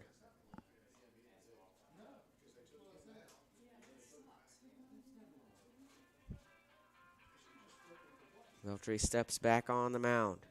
Polar Bears still up 10. The pitch swung on, grounded. That one foul down third baseline again. They count 1-2.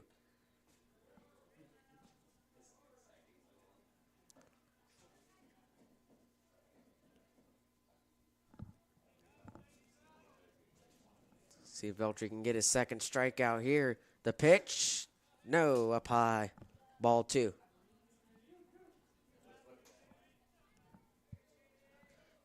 Double play, a possibility for the Polar Bears as well. If they can get that, that'll end the game. This one is fouled out of play. It dropped just to the right of first base line. Count remains 2-2. Starting to get dark here in Mary Lou Retton Park.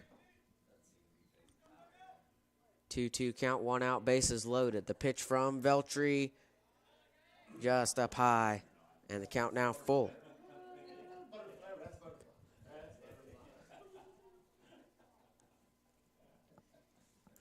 Bases loaded, the payoff pitch up high.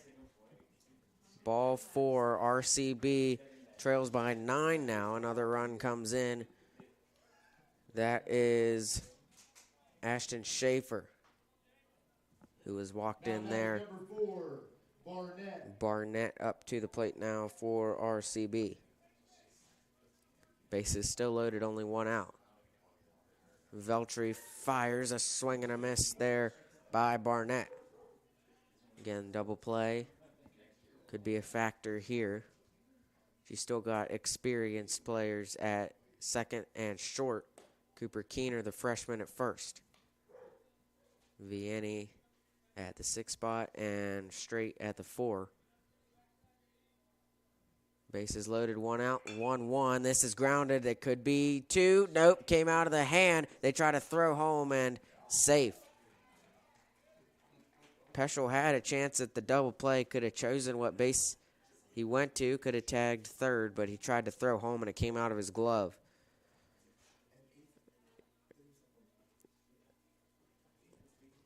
So in to score there was from. And the bases are still loaded. Only one out. Now it's an 8-run game. With Corsini up to the plate.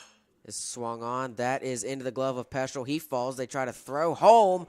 And Miller had his glove taken off by John Dobbins. The ball stayed in the glove, but it's safe is the call.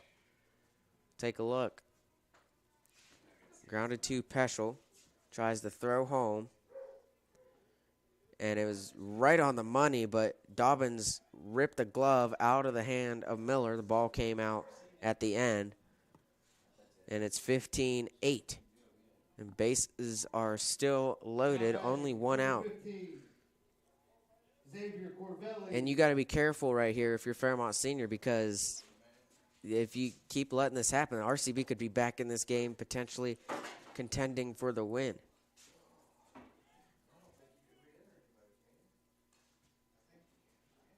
The 0-1 misses down low. Ball one. Count 1-1 to Carvelli. Especially if a couple batters are walked. That one is behind straight. 1 run is in. Here comes the second to the plate. It's a 5-run game. Runners on the corner, still only 1 out. That one just passed the glove of straight. Tried to make the catch in the air. Probably would have had a double play if he was able to make it.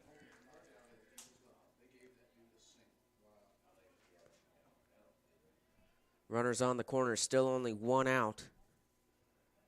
Up to the plate now is DeCito for RCB. Taking off. Here comes a stolen base without a throw.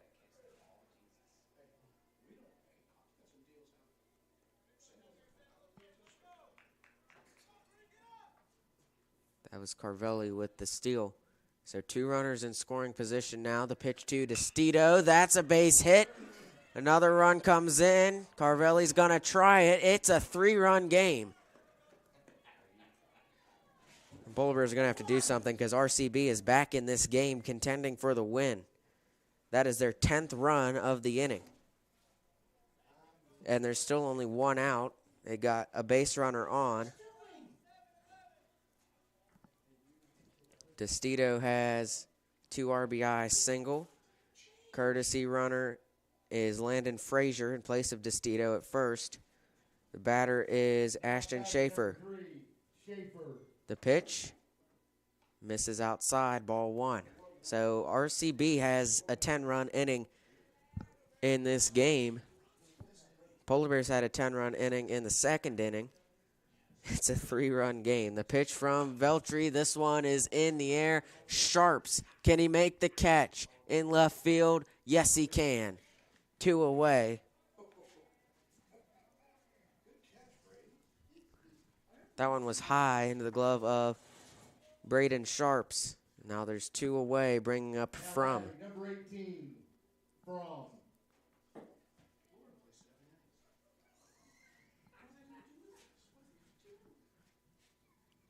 Here's the pitch from Veltri, taking off, and that is right into the glove of Peschel. And the third out comes 10 runs later. It's a 3-run game, and we have a ball game somehow at Mary Lou Retton Park.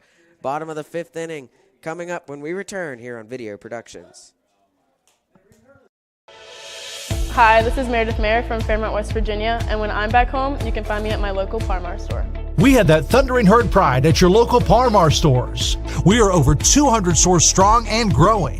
Download the Par-Mar app for even more savings and sign up for the Par-Mar rewards card. Whether it's food, gas, or groceries, we have you covered. We are Marshall and we are Par-Mar stores. If there's not a Par-Mar store near you now, there will be soon.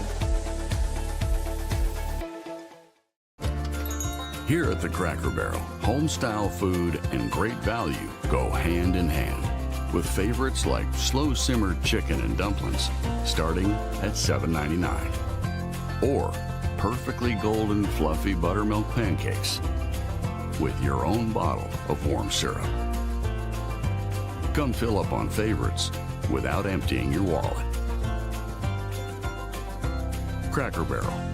Take care now. Back at Mary Lou Retton Park, getting ready for the bottom of the 5th inning, and who would have thought this game would be a close one? It's 15-12. Fairmont Senior still leads, and I don't want to say anything, but McGlowski had a very good inning last inning. If they can not allow any runs for the Polar Bears, they can put more runs on the board and potentially win this game. Number 11, Blake Straight. So this game just got interesting after the 10 runs scored in the top of the 5th by RCB. Blake Straight coming to the plate for the Polar Bears. He's got 7 hits, 5 runs, 7 RBIs, batting .259 on the season. The pitch from McGlowski, inside corner, strike 1. Again, this game was not scheduled. It was just made up last night about 11 p.m. Inside corner, strike 2.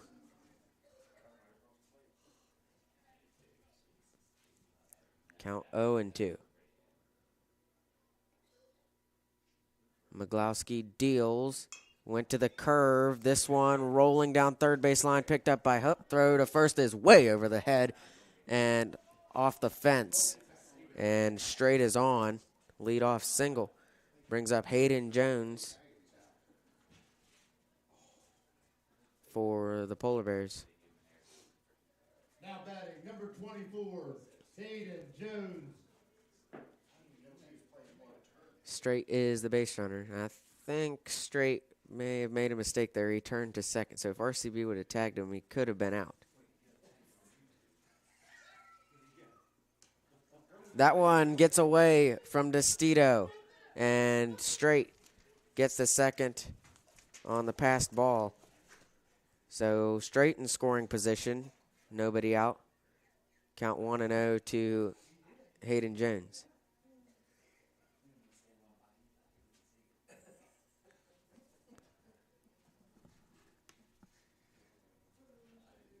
So Hayden Jones has a few hits in this game. Scored twice.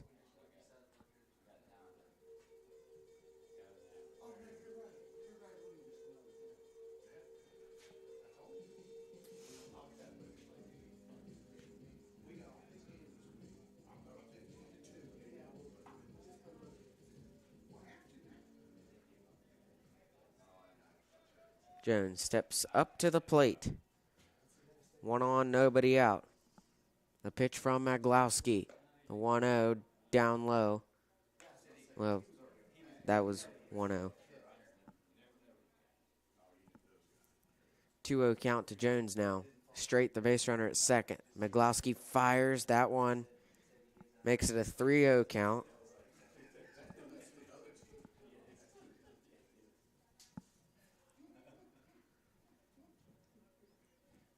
From McGlowski up high, ball 4. So 4 straight pitches, and Jones walks. Brings up Braden Gorby for the Polar Bears. 2 on, nobody out. Bottom of the 5th inning. Polar Bears lead 15-12. High scoring game. Braden Gorby.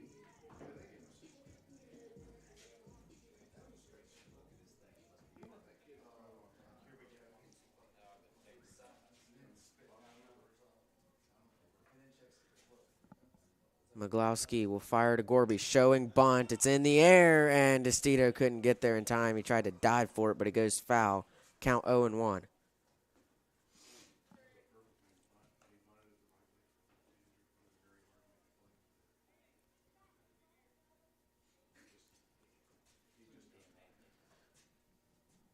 Nobody out. 2 on.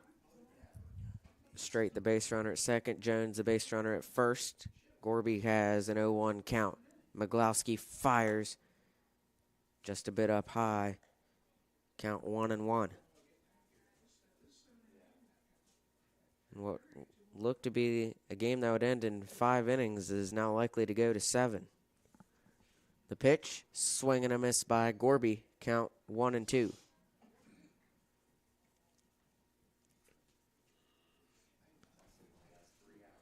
Cam Peschel on deck for the Polar Bears.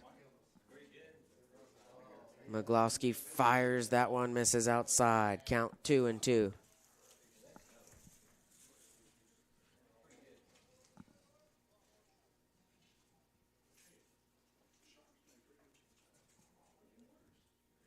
McGlowski looks at the runners, fires the curve, almost got it in, but it misses up high. Count is full now. 3 balls, 2 strikes to Braden Gorby. Payoff pitch outside. Ball 4. Gorby walks, bases loaded, nobody out. How many times have we said that in this game? And now RCB is going to meet with McGlowski.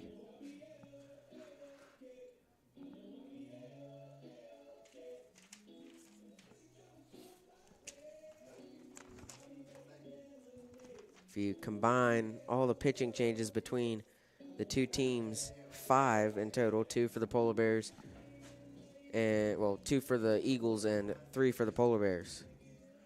We'll see what RCB decides to go with here, knowing now that they are in the game fighting for a win, but Fairmont has the bases loaded, nobody out, and the best hitter on the team is coming up to the plate.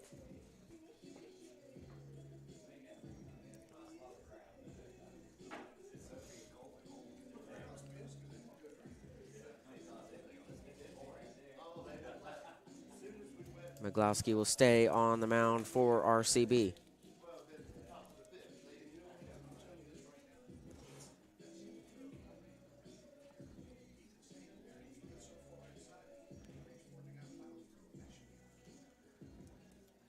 And a reminder, it was 15-2 going into the 5th inning. The Polar Bears were thinking they were going to get out of it in 5, get a 10-run rule and go home. And now they're fighting to try to win the game against a shorthanded RCB team. They have good position at the moment, bases loaded, nobody out. They've had that at least 4 times. Pitch to Peschel, and he was swinging for the fences there. Missed it, strike 1.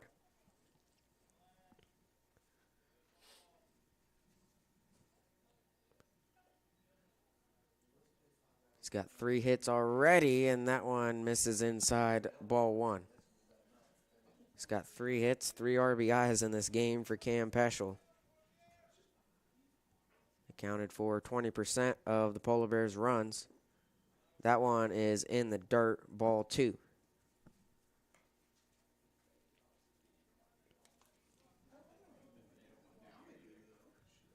Count is 2-1 to Peschel.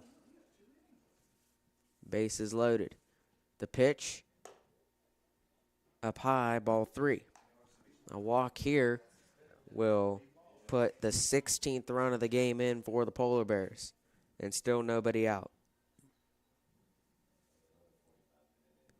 The 3-1 just outside, straight comes in as Peschel walks with the bases loaded. 16-12, Fairmont Senior extends the lead. Vianney comes up to the plate for the Polar Bears.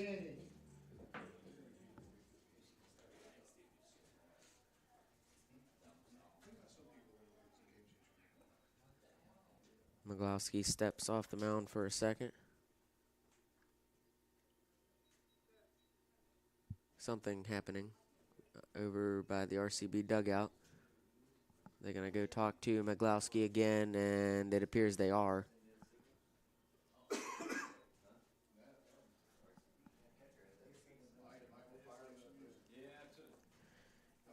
And here comes another pitching change, the 6th of the game between the two teams. It'll be James Barnett on the mound for the Eagles.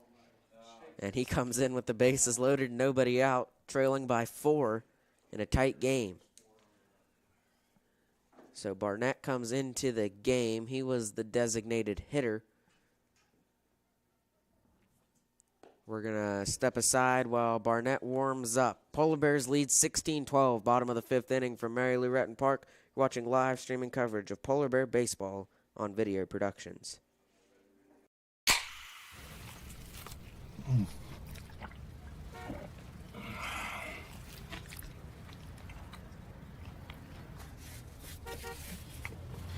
Sandwiches, better with Pepsi. An injury at any age can be a game changer. But with walk-in clinics Monday through Saturday, the Marshall Sports Medicine Institute is ready to get you off the bench and back in the game. Marshall Sports Medicine Institute takes care of the herd. Let us take care of you. I'm Keith Powell, and going on right now is my Keith Says Yes Fest. I'm saying yes to lowering your payments, yes to your trade-in, regardless of condition, miles, even if you're still making payments. My Keith Says Yes credit approval process helps me say yes, you're approved. So if you want new Chevys, yes. New Fords, yes. Lifetime warranty, yes.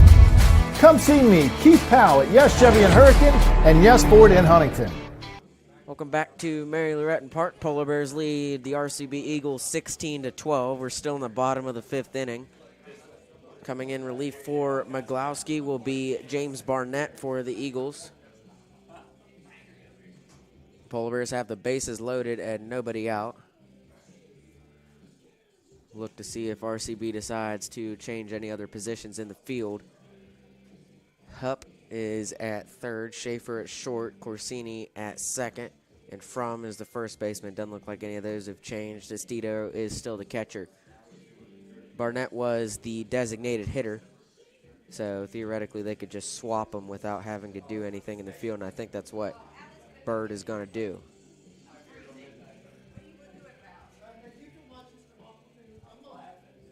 Sammy Vianney is the batter for the Polar Bears.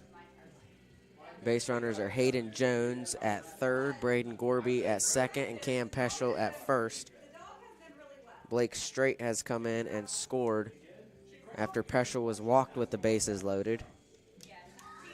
And I'll have to go back and watch after the game, but this has got to be, if you count at-bats, at least 10, I'd say, times both teams combined have had the bases loaded, no matter the amount of outs. RCB had it probably 4 last inning when they scored 10 runs, and the Polar Bears probably had it 4 in the inning they scored 10 runs, and it's the second time in this inning. It's definitely happened more than that. So, Barnett, the new pitcher for RCB. Bases loaded, nobody out. He fires that one in the dirt for ball 1.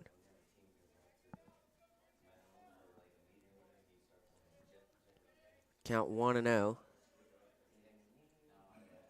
Barnett, a swing and a miss by Vianney.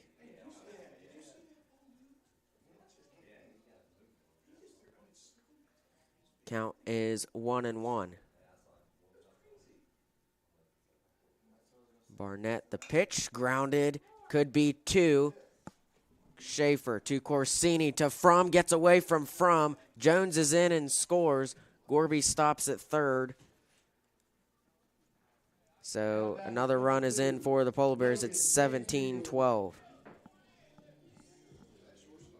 And there's runners on the corners and 1 out as Cam Peschel is out at second. Gorby is the runner at third. Vianney is the runner at first, and he reaches on a fielder's choice. So Canfield comes up to the plate. He tried to bat left-handed. We'll see if he does that again. He had a really good swing out into right field. It was deep into right field, but caught. See what he decides to go with here. Usually bats right-handed, usually throws left-handed, and he's going to step into the right-handed batter's box with 1 out and 2 on and a 17-12 lead.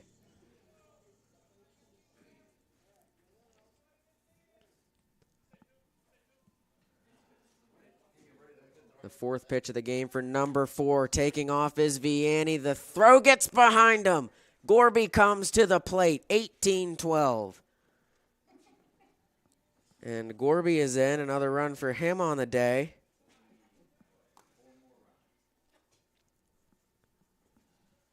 And Vianney is at third now.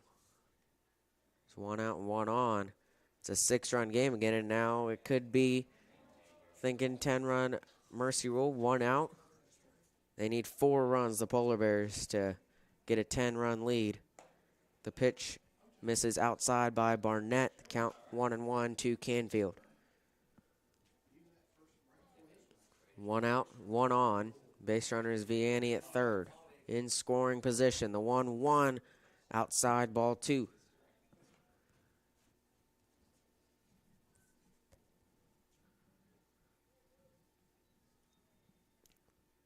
Here's the pitch. Swung on by Canfield and fouled out of play down the first base side. Count goes to 2-2. On deck for the Polar Bears will be Dylan Hours, who came out of the lineup. Tyler Veltri came in. Polar Bears put him back in after this game got close. And now it's back to a 6-run game. The pitch, that one up high, and the count is full to Logan Canfield. It's 1 on and 1 out. This will be the 9th pitch of the game for Barnett, and it is just outside, and Canfield walks. So Hours comes up to the plate. Runners on the corners, 1 out. Vianney and Canfield are the base runners. And Dylan has not had his best game of the year. He's only been on base once, and he walked. See if he can put the ball in play here, and he is the strongest hitter on the team for the Polar Bears, the biggest threat of a home run. He's got 1 on the year, and it was a grand slam against Buchanan Upshur. Checking first is Barnett. The runner's Canfield there. The pitch, Canfield takes off. Throw by Destito. Gets away again. Vianney comes to the plate. That's the second time, and it's an exact copy of what happened the time before. Canfield gets the third. Vianney is in. 19-12, Fairmont senior. Count is 1-0, 2 hours. Runner at third is Canfield.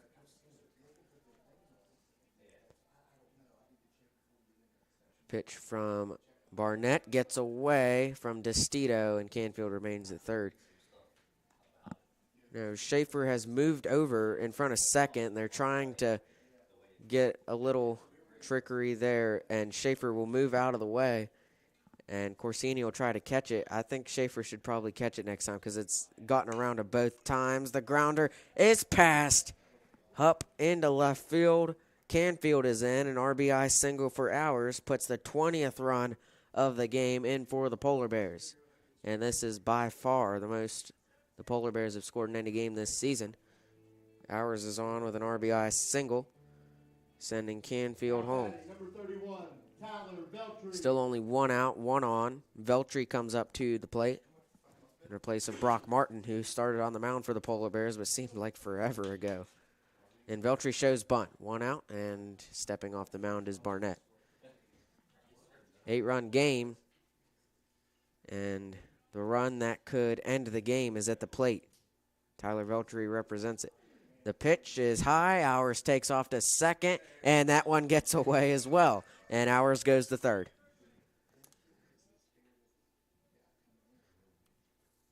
So that's 3 that's gotten away this inning by Destito, trying to throw someone out at second. Hours gets to third there. Veltri represents the run that could end the game, as if 2 more runs come in, the 10-run mercy rule is back in play. The pitch is down the middle for strike 1. The count 1-1 to Veltri with 1 out. Runner in scoring position is Hours at third.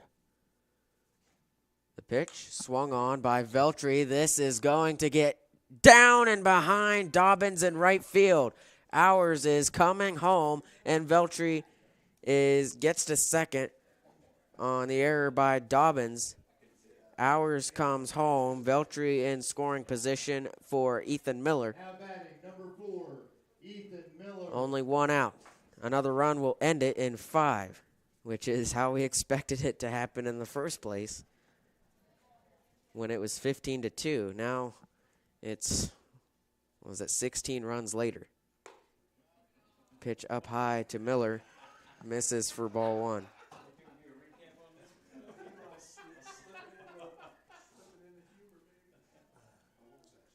Barnett fires. Miller grounds it.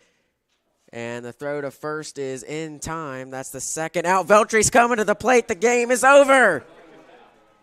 Veltry snuck home, and the Polar Bears are going to win it 22-12. We'll take a look at what happened there. The game-winning run for the Polar Bears. You can see, watch Veltry at second. Miller grounds it. Schaefer's going to throw to first, get Miller out. Veltry is halfway between third and home, and they throw to third. There's an MLB The Show type throw there. And Veltry comes home. The final score from Mary Lou Retton Park in this one in 5 innings. The Polar Bears win it 22-12. We'll have post-game wrap-up coming up when we return here on Video Productions.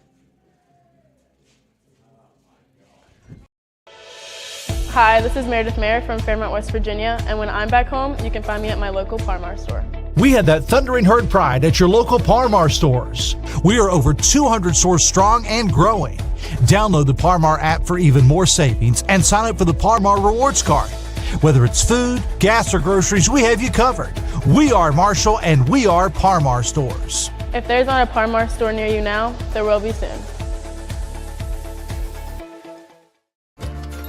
Here at the Cracker Barrel, home-style food and great value go hand in hand, with favorites like slow-simmered chicken and dumplings starting at $7.99, or perfectly golden fluffy buttermilk pancakes with your own bottle of warm syrup.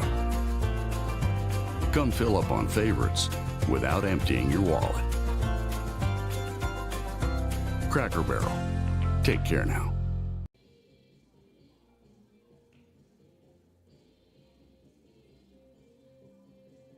Welcome back to Mary Lou Retton Park, and it's a victorious day for the Polar Bears. And yesterday they didn't know they were playing today, but RCB called up last night at about 11 p.m., asked if they wanted to play at Mary Lou Retton Park since the two teams have already played this season. The Polar Bears agreed. We came out here today and saw 34 runs go up on the board.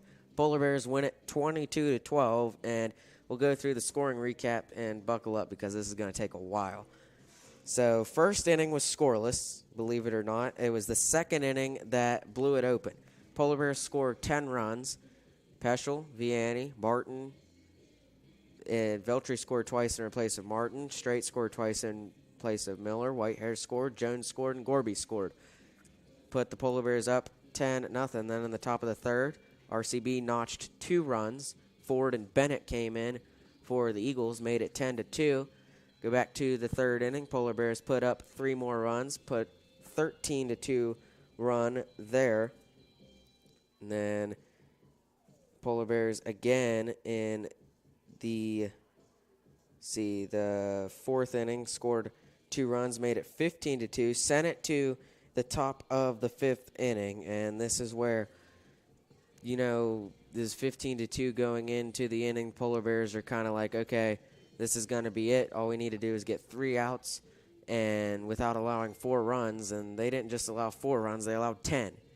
RCB scored 10 times in the top of the 5th inning. Corsini scored twice, Carvelli scored twice, DeStito scored, Schaefer scored, Frum scored, Dobbin scored, Ford scored, and Barnett scored. Made it 15-12 going into the bottom of the 5th inning. And it's like, oh no, is it going to go to 7 innings? Polar Bears were expecting it to end in 5, but they close out the deal with 7 runs notched in the bottom half of the 5th inning. Veltry scored. Brody Whitehair scored. Actually, there was a courtesy runner. Hayden Jones scored. Gorby scored. Vianney scored. Canfield scored. And Hours scored.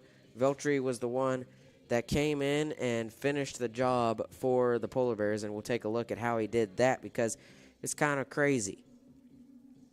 You can see there's 1 out, and he's going to ground it to the shortstop Schaefer. He's going to throw it to Frum at first and get Miller out.